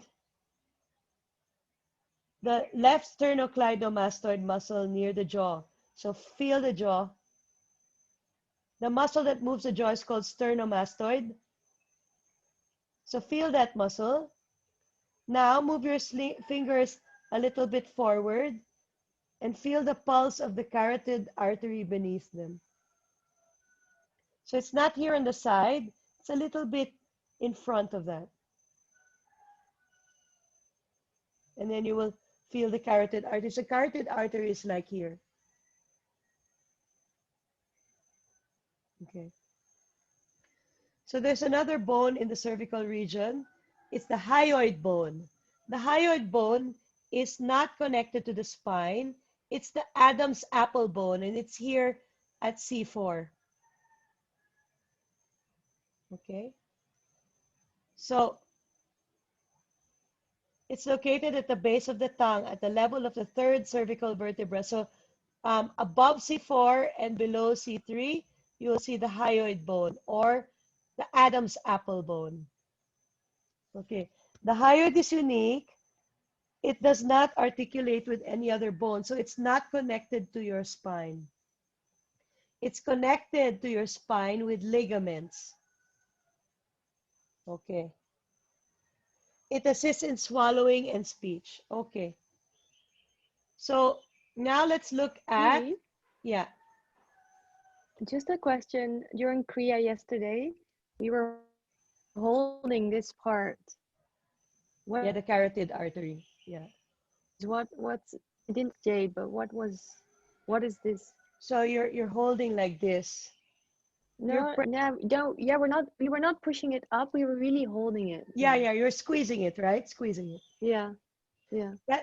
That's a kriya that squeezes, and usually you're doing a breath hold. You're doing a breath hold, right? You held your breath. No, it was different.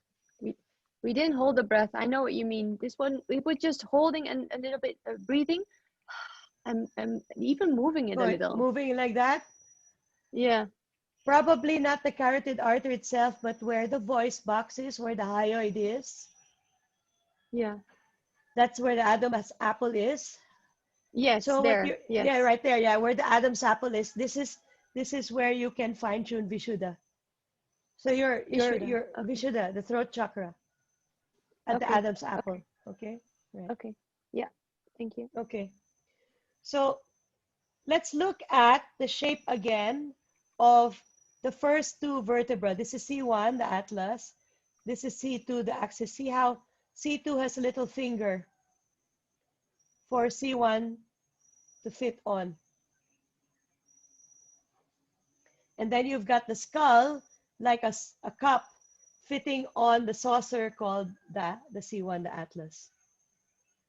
So looking more closely, there only two movements are allowed in skull C1, flexion and extension. So your C1 is only like this, very small. If you put your hands on C1, you'll notice that's all you can do from C1. Not a little bit. Okay. So C1, C2 allows flexion, extension, and rotation. So C1, C2, you've got a little bit of this, and now you've got a little bit of this. And rotation, because the facets face in an angle of about 45 degrees, there's a lot of rotation. And the rest of your cervical spine has a lot of rotation, a lot of extension, and a lot of flexion as well. Okay. In addition, the strong ligaments that hold the skull to C1, the strongest and largest ligament of the cervical region, is called the ligament nuchae, and we'll see it later. So how can you feel this ligament? So if you go into strong flexion and place your fingers against the spinous process in the middle of your neck, it usually pops up. So I'm going to put my hands here, and I'm going to go into flexion, and I can feel that ligament pop up against my fingers. And I can feel it starting from here. Sort of feel it.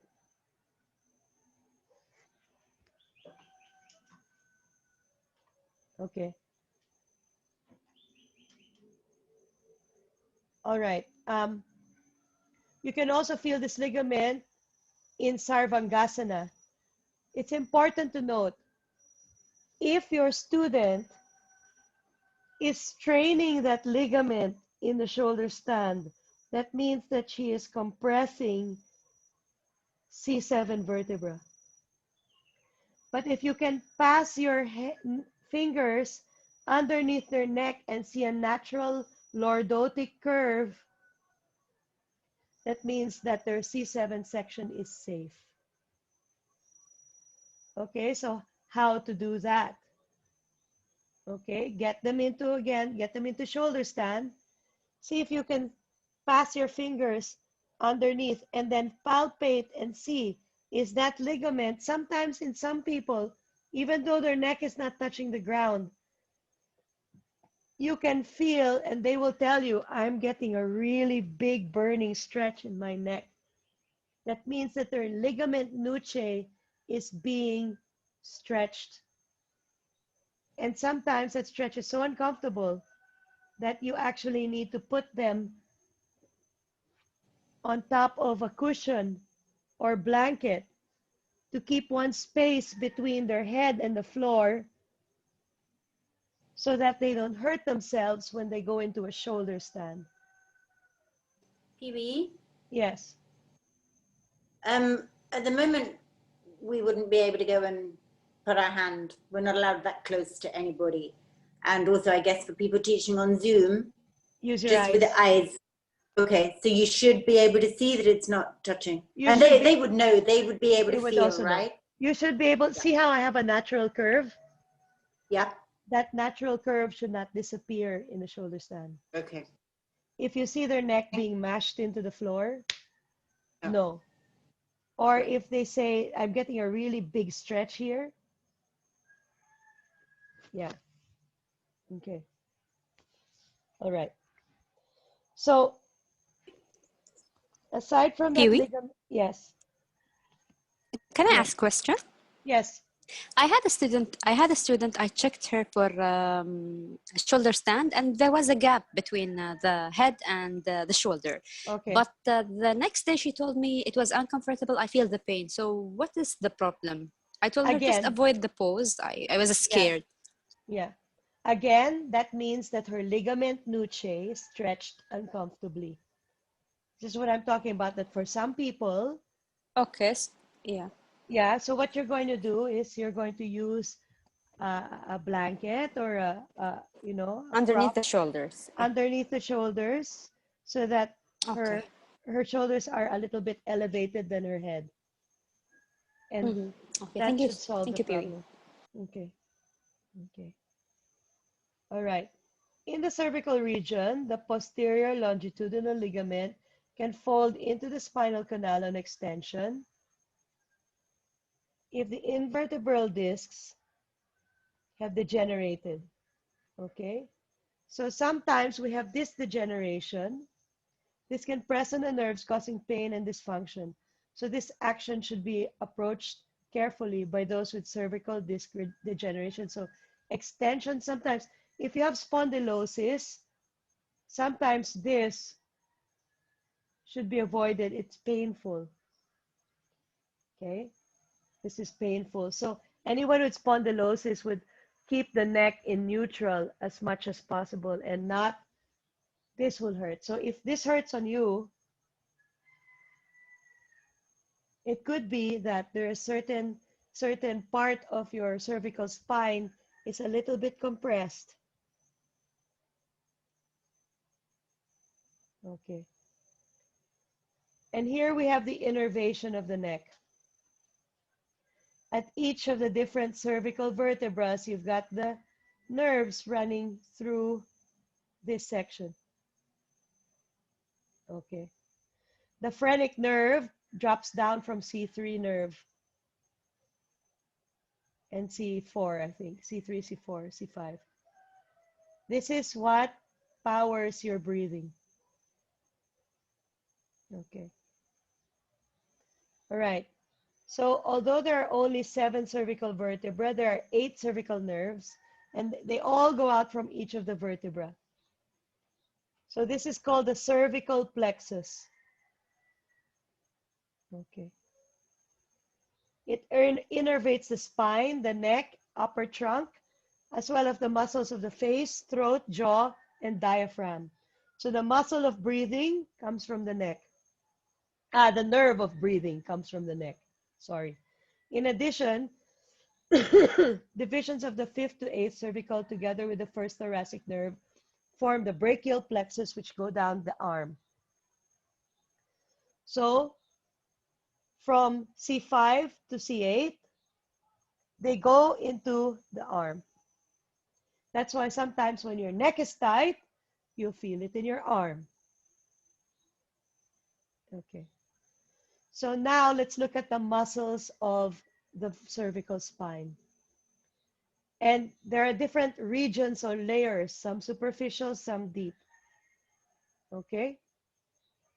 So the superficial muscle, we will see it here on page 54, I mean 55, is the platysma. It's a superficial muscle, okay?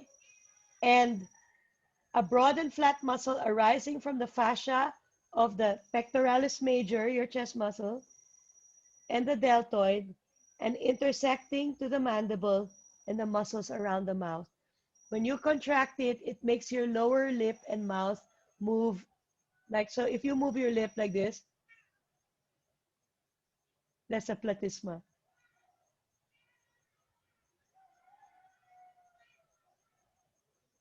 There you go. Okay. So the lateral cervical muscles are the trapezius. So let's feel our trapezius. Sometimes when these guys are tight, because they go all the way up till here, this is what causes the shoulder to be like this. So Jailan, stretch the trapezius of your client. How to stretch the trapezius? You know, the problem with the neck is for a lot of asanas, nothing happens here.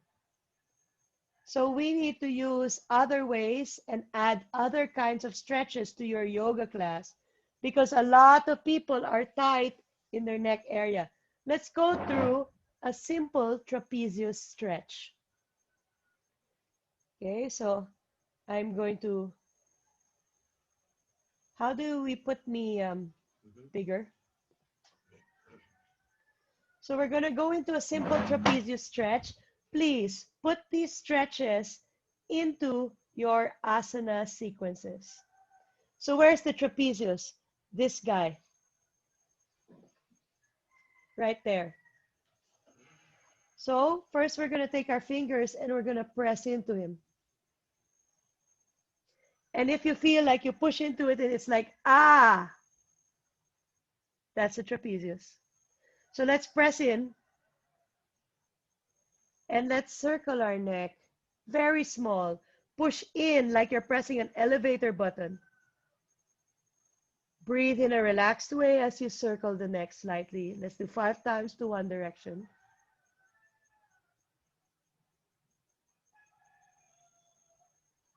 And after you're done with that, keep pressing, yeah? 5 times in the other direction.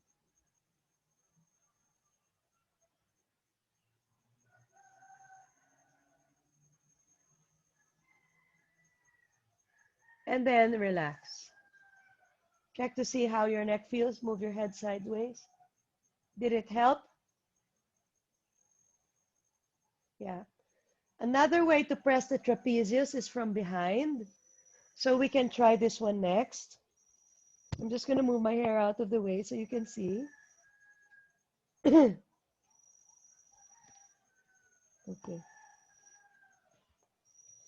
So first I need to find the front of my trapezius.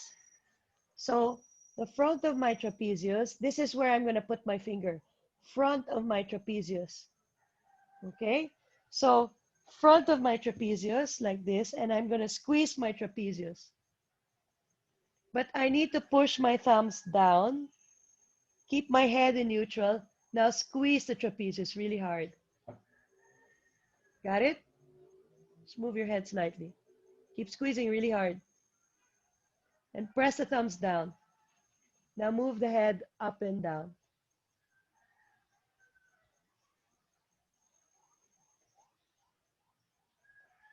And then squeeze really hard. Now relax. Roll the shoulders back. Check how that feels. So how did that feel? Maybe Yeah. I have this problem all over my years.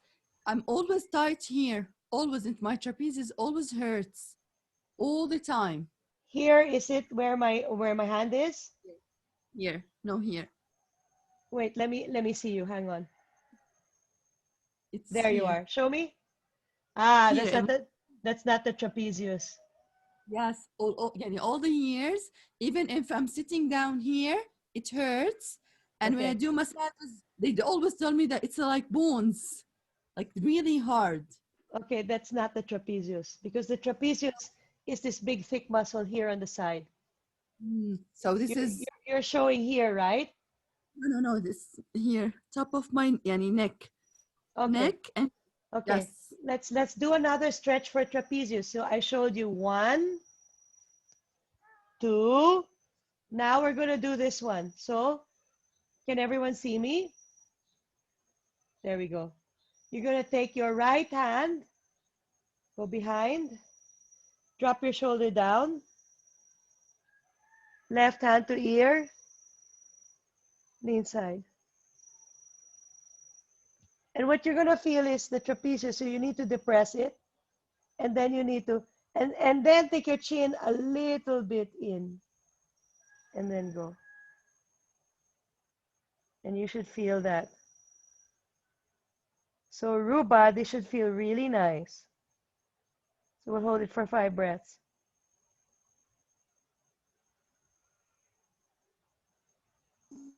Pee-wee, just for the girls to know that stretching of trapezius and your platysma, Yeah. the work on trapezius and platysma also helps to remove wrinkles from your face. Beautiful. And did you hear that? Because I'm certified face building instructor, I've been Wow. working on it for 6 months. Wow. So right now you're making your face look better. Yeah, so we're making your face look better. Let's keep going. Okay, And Kat, you have to yeah, give me private session. If you want, I would love to. let's X deal. I'll give you Korea, you give me face building. Deal. Talk later. Okay. I'm just because I just did it for myself while you were talking. That's why I'm red and don't do anything because I'm doing it every day. Okay, so you got it like this, like this. Okay, Kat, can you show us a platysma stretch? Where are you? Yeah, I'm here. Yeah, basically, can you show us? Because I don't do anything because I do the other therapy right now while talking. Yeah. It's a lymphatic drainage therapy, so I cannot do anything. Okay. But I can show you later. Okay, you show me later. Show me later. I promise to show you later. Yeah. Okay, show me later. Okay, so we'll do a platysma stretch later. Okay, so let's move on now. So that was for trapezius. Yes, Ruba. Trapezius because of stress, yani the tightness, because I do yoga, but still yani this exercise hurts a lot. Okay. Someone's asking. Okay, I just want to, before I answer your question, Pee-wee, can you talk about Kriya and the neck area? I hear constant but fluctuating frequencies through my left ear. Yeah, neck behind my ear. Okay. All right. First, we're going to talk about the back of the ear, which is where the Udana Vayu passes. The Udana Vayu is the energy channel that pulls. It's not an energy channel, it's a tide of flow that pulls energy through your nadis upward. If you want to work on this area in a Kriya way, you take your palms, you put them behind here, Siobhan, and you rub like this. Okay? And you just keep rubbing that area here. You do Ujjayi breath and you shake your legs so you can keep Muladhara on. So you shake your legs and you're rubbing the back of your ears. Or sometimes you can fold the flap of your ears and you can do the same rubbing. And that's going to help to smoothen out the flow of energy at the back of the ear. Another thing you can do, Siobhan, is take your thumbs inside your ears. I can't do it because the earbuds are inside, but put your thumbs inside your ears, close your eyes to Ujjayi breath and wiggle your thumbs. But feel the center of your brain. Then pull your ears outwards and do Kapalabhati into the center of your brain. That should actually sort out. So again, 1, fold the flap and wiggle 2. And then after that, 3, and then 4, in that order. Okay? So that's for those of you that want to do some Kriya to sort out the balance of your energy channels. Now, going to Ruba's question about trapezius. Emotionally, trapezius signifies responsibility drama. So, the right side trapezius is when we feel responsible for other people. So when we're like supporting other people and we feel like they can't live without us. So you're gonna just tap and exhale through your mouth. And you're just gonna remind yourself, it's not your problem. Okay, they will find their way. You need to let them go. And then you swipe down the arm. And you keep doing that, just tap. Swipe down the arm. It's gonna feel better if you keep doing it, but you need to remember why you're feeling it. Because the why, the responsibility, left side of your shoulder, when you're too hard on yourself. You need to chill out and relax. Even if I didn't get to where I expected myself to be, I'm still alive. I still have a roof over my head. I still have a, more or less, I'm still enjoying life somewhat. So I can let that go also. It's okay. Maybe there's always next week. Okay, so responsibility drama. And once you're able to do that every day, and this Kriya is beautiful because it works with the reason why it's tight in the first place. Okay, once we can get through that. Yes. When you're ready, I'm ready. I'm out. Okay, And okay, let's get to the platysma stretch. So everyone tap on Kat's picture. And Kat, can you just unmute yourself so everyone can see you? Yeah. Okay, so again, the platysma is a superficial muscle that moves your lower lip. Okay, so platysma is connected to our depressor muscles that are here. That's why platysma is the main muscle that affecting our face, yeah? So especially the ladies, they're probably interested into that kind of area to look good, yeah?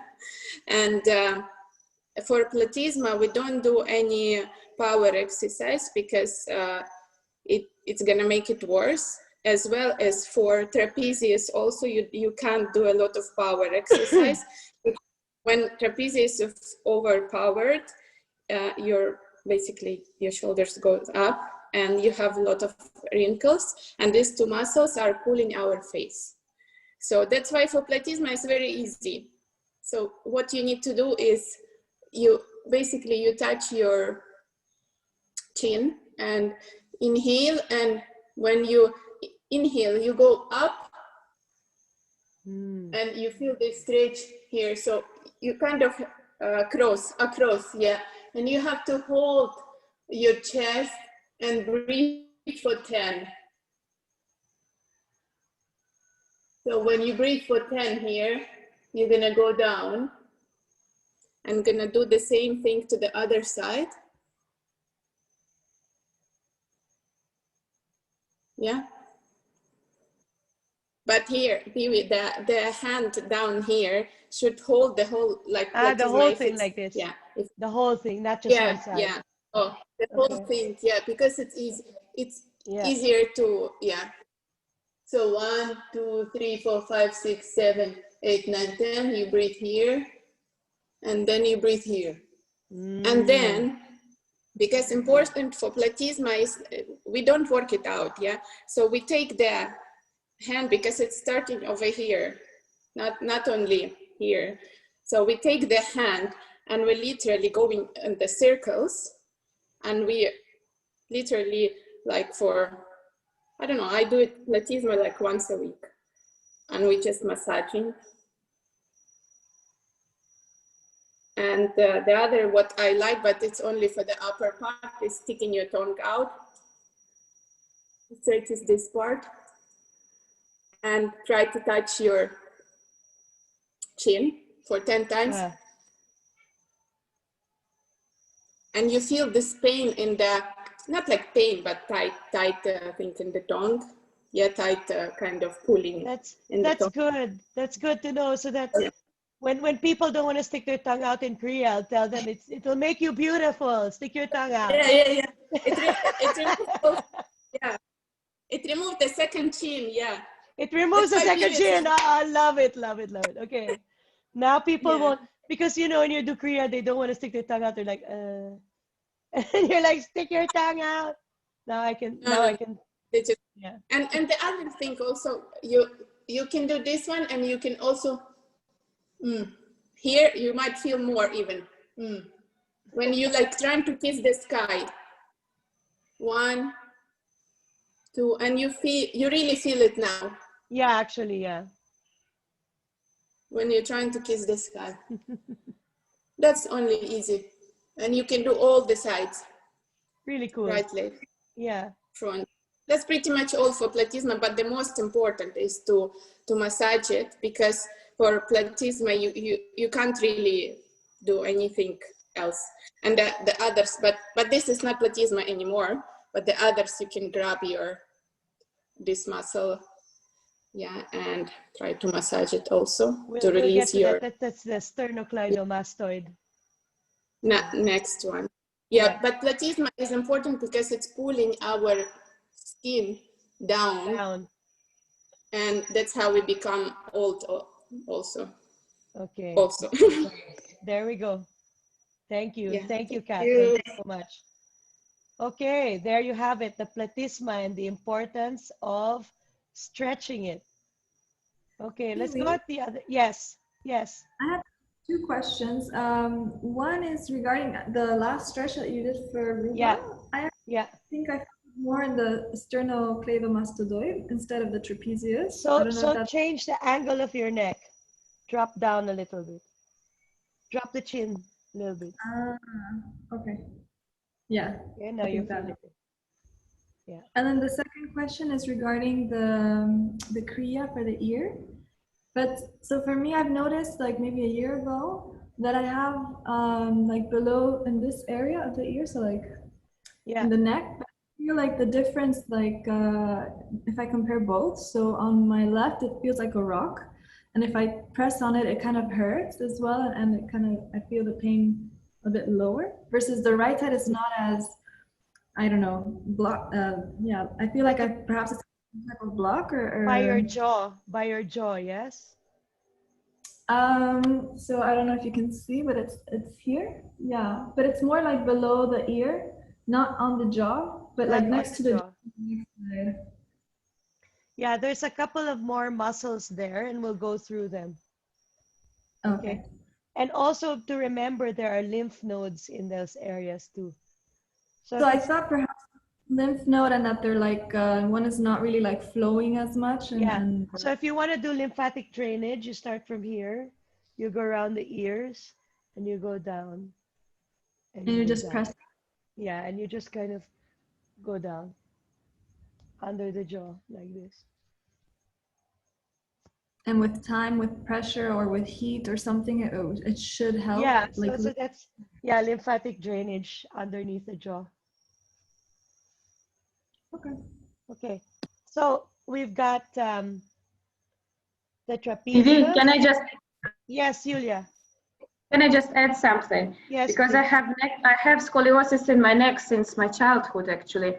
So I have a slight curve there, and I had to deal with it all my life. So my left side is always pretty messed up, plus the responsibility and too tough on myself. So it's not doing any good. And what I noticed also, so it's not only the sensations in the hand or in the arm or the numbness. Sometimes you get the pain behind your shoulder blade. So it is coming like exactly here. And I mean, sometimes you can think that it's the problem with your back actually, but it's all coming from the neck. So Yeah. this is the heads Remember, up, like, in case somebody complains about it. Yes, it can be caused actually by the neck. it's actually because the upper trapezius and the lower trapezius are connected. So sometimes you can have referred pain. It started in the neck, but you can feel it in the lower part of the trapezius, even though it's the upper trapezius that's tight. So it's Yeah, exactly. referred pain. Yeah. And for this side, because it's always tighter, because my left side is always tighter, and sometimes it can get really bad. So like not shoulders, but like handstands, you know, all these forearm stands, it's getting pretty tough. So it's a lot of work with ego. You take, like, you speak to yourself, you tell that there is always tomorrow and there's these kind of things. And if you have a person who has tightness on one side, it's always you hold the stretch longer. Yes. Like I would do stretches longer in here than here. And binds and twists, they're getting easy on one side and they're not so easy on another side. Like this. Thank you for sharing, Lilia. Thank you for sharing. Okay. So we've got the sternocleidomastoid. So you have the trapezius. Then we have, so there's the sternocleidomastoid from the jaw to the sternum and to the clavicle. Okay. So the sternal head arises from the manubrium of the sternum and the clavicular head from the clavicle. Okay. So that's the sternocleidomastoid and goes into the mastoid process, which is your jawbone. When contracted, it flexes the cervical spine. When you do two at the same time, it drops the chin down. Okay? So when contracted unilaterally, it's got a side bend effect. Like this. Okay. All right. This muscle can be clearly seen when you do Utthita Trikonasana and you look up. You will see that muscle pop up. Okay. So this also gets tight. And also, if you do the same stretch we did a while ago, but you don't drop the chin, if you raise the chin up a little, you will start feeling it in your sternocleidomastoid. So you lift the chin up, and then you will feel it here, sternocleidomastoid. So try it. So go down. You might even lean side, or you might push down, but lift the chin until you feel your sternocleidomastoid getting the stretch. Okay. The front vertebral muscles are the next group and are presented in figure 4.7 and 4.8. So going to the next page, the lateral vertebral muscles are involved with breathing and are well known to yoga students. These are the scalenes. So in 4.7, you will see, looking for it, on the side, here we are. Lateral muscles of the cervical spine, medial scalene, posterior scalene, and anterior scalene. So anterior scalene, remember, T1, rib number 1, is just right below the collarbone. So the collarbones go here. So if you feel from the front of your collarbone, and you go in from there, and then you take a deep breath, you will feel the scalenes bump up against your hand. So everyone push from the collarbone in. Take a deep breath. You will feel on both sides the anterior scalene bump up against your hand. So where am I? This is the end. This is your sternoclavicular joint. And I'm just like one finger width behind that. I push in and I breathe. And I feel my anterior scalene. So take the deepest breath until they pop up. Now, if you go to the side of that, you will be on the medial scalene. Again, take a deep breath.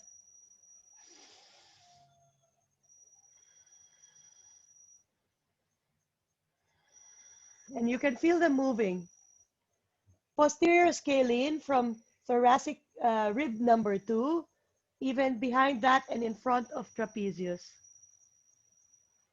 These muscles, when they're tight, are responsible for this forward head position. When the posterior scalene and anterior, when the scalenes are tight, they close the space between your vertebra, make the lordotic curve even more, and your chin juts forward. Your neck muscles now are so tight that when you do extensions, you feel a pinch here because your cervical spines are now hitting each other. So these are the scalenes. Okay, and below, if you can do your own reading, you will be able to read what these things do. So they're connecting your ribs to your cervical spine. When they're tight, they close the space between your neck bones and are responsible for neck pain because your neck is compressed. How do you stretch the scalenes?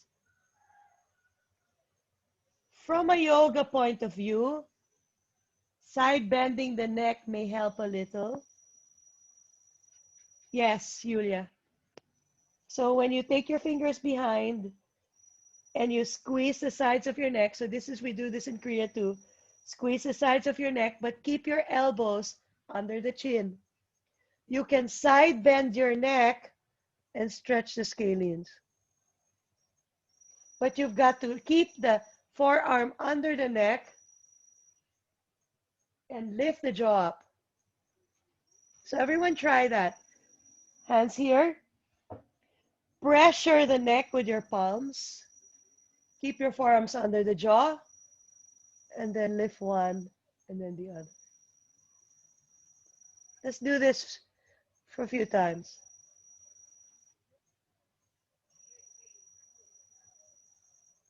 And let's see what happens.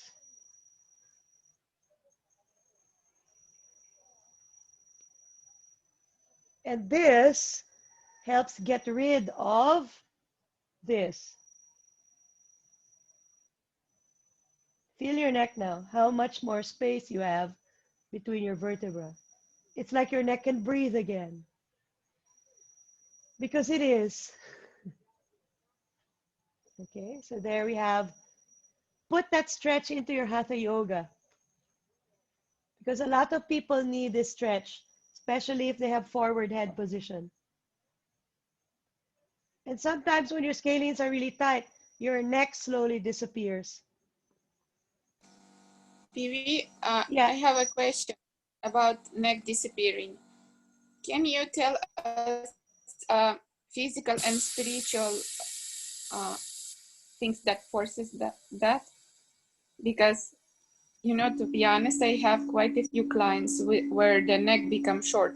Yeah. Even though they are not fat or, you know, not overweight, but the neck still went down. And it's not even though the shoulders are not up, but the neck's still short. Yeah, those are connected to the scalenes directly. Scalenes are connected to Vishuddha chakra. See their position. The manubrium is here. So scalenes are connected to Vishuddha chakra, connected to your being able to be yourself, being able to express your truth, being able to be open about how you feel. And sometimes some people are not open about how they feel. They are not really able to express who they are. They feel locked in that aspect of themselves. Scalenes tighten. Another thing that makes the scalenes tighten is breathing into your upper thoracic area. So if they are chest breathers, scalenes get really tight and the whole area comes up, neck disappears. So teaching them how to breathe down, opening their heart space so that they can get more air into the lower part of their lungs will really help them and stretch the scalenes. And that will really help them in that instance. Okay. Thank you. You're welcome. So those are the scalenes, and these are the lateral muscles of the cervical spine. Now on the page before that, we have the anterior muscles. So these are the muscles on the front part, and these are very, very deep muscles that bind the neck together. Just like the scalenes, they can be responsible for neck compression, but these are very, very, very deep muscles. Very, very deep. The best way to stretch them is traction. Traction. Okay, and then later on we'll do work on Nord. We're gonna give him a massage on his scalenes, and then we're going to do traction on his neck, so that we can learn how to do this for any clients who have compression in the cervical spine, whether it's due to spondylosis or you know, the breathing, improper breathing, or some kind of Vishuddha chakra issue, responsibility drama. These are for the deep muscles of the neck, the scalenes, and the ones on page figure 4.8, page 56, we have longus colli, inferior oblique, superior oblique of the neck, rectus capitis, longus capitis, all of these very, very deep muscles of the neck. Traction is the best way. So do a little bit of traction. And so those are the muscles of the neck. Okay, we're going to kinesiology. A normal cervical spine, page 55, is the position of the least strain for all the spinal structures. Okay, but it's not a flat neck. It's a natural lordotic curve, but it's not a very deep one. A healthy positioning of the cervical spine can be observed in Tadasana. If your student is standing with his spinal curves in neutral, neck should receive the benefit of this alignment. So, where is the top of the ear? The top of the ear, going to the next page.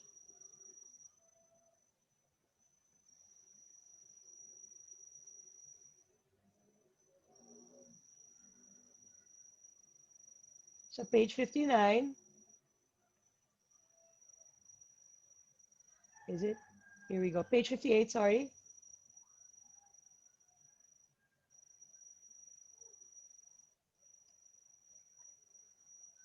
Okay. Draw a line from the top of the ear to the top of the eye. The top of the ear should be slightly higher than the top of the eye. So in your mind, draw a line from the top of his ear to the top of the eye socket and make sure he's carrying his head with his eyes slightly dropped. Most people do not do this. So top of the ear and top of the eye. Top of the ear should be higher than the top of the eye. So if the top of the ear is lower than the top of the eye, they're in a forward head position. Okay. Make sure he's carrying his head with his eyes slightly dropped. Most people don't do this. They stand with the chin higher. So the chin is slightly dropped. Now the ear is lower than the eye. Ear, eye. Ear, eye. Okay. So the opposite of this healthy posture, carrying the head forward, can affect every system of the body, not just the neck. For example, when you hold your head forward, you're also slumping and rounding your thoracic spine. And then it's just a chain reaction.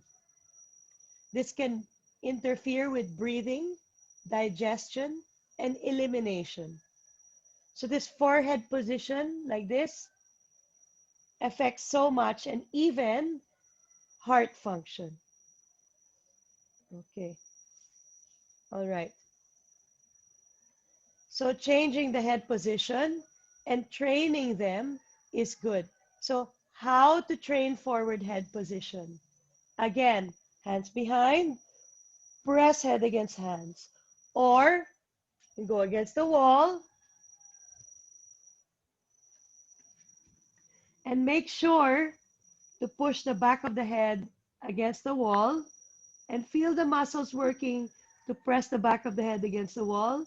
Hold for maybe a count of 10 and then release.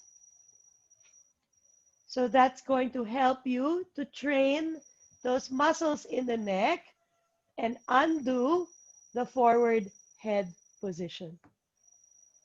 Sorry, May I- PV, can you repeat that exercise you just did? I missed that. Okay.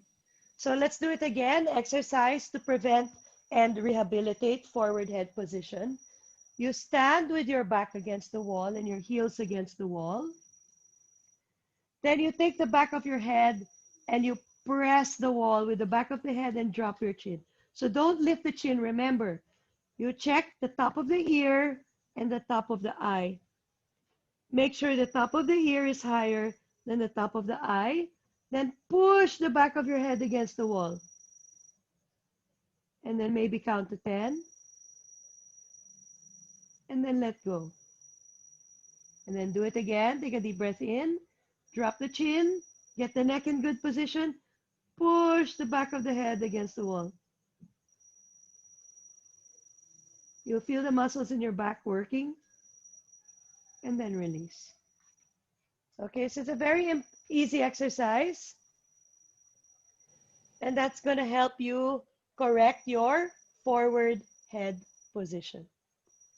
Pee-wee? Okay, yes. What about, I mean, okay, I'm sitting on a sofa, so that's not going to work. But what about when you just balance the block on your head? Or does that not really? It's you could balance it with your head misaligned too. Oh, can you? Yeah. Okay. All right. But your block should be heavy to do that. Because if it's light block, then it's no point. Yeah, you can actually balance a foam block and in some other way. Okay. So let's go back to the forward head position. So now we talked about how to avoid forward head position. Now let's go into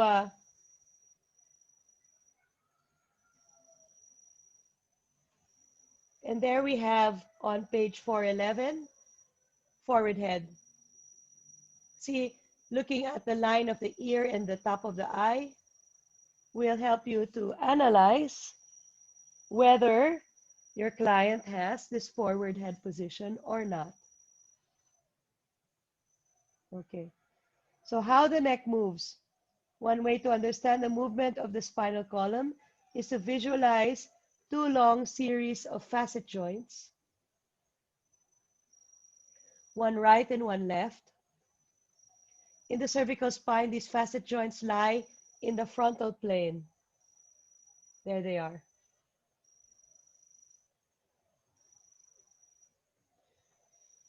Okay.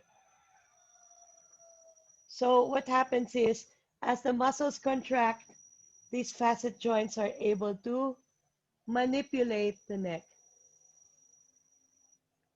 Okay. So you've got forward flexion, extension, side bending, rotation, just like the rest of your spine. Okay. So the general rule of side bending and rotation is in the cervical region. Side bending on rotation occur to the same side. So when I rotate to the right, I am bending to the right. If I rotate to the left, I am bending to the left. So it's opposite of the thoracic and lumbar. Okay. So again, put your hands on your neck. When you turn your head to the right, you can feel you've bent sideways to the right also. Turn your head to the left, you can feel you've bent sideways to the left also. Okay. There you go. So it's the opposite of the rest of the spine. Okay. So there we have the neck. Any other questions about the neck before I show you what to do for scalenes and the deep muscles? Everyone good? Okay, so I'm going to change the angle of the camera. We're going to bring Nord up and we're going to do some therapy. And then let's do some yoga. Okay, so I'm going to do a yoga class that puts special attention on stretching the muscles of the neck. Okay, and I'm going to give you some modifications for people with cervical spondylosis, which means that the nerves of their neck are getting pinched. Okay, but first we're going to fix the camera angles. So we're going to take a 15-minute break. You guys good with 15 minutes? Okay, we're going to take a 15-minute break and we'll come back at 2 o'clock. And then it should be now 1:45. Then we'll do some yoga. Okay. Can we eat, Pee-wee, a little or what? Yeah, you can eat a little. It's going to be mostly like stuff to help with your neck. So it's not going to be power yoga. Yes, you can eat. Thank you. Okay. All right.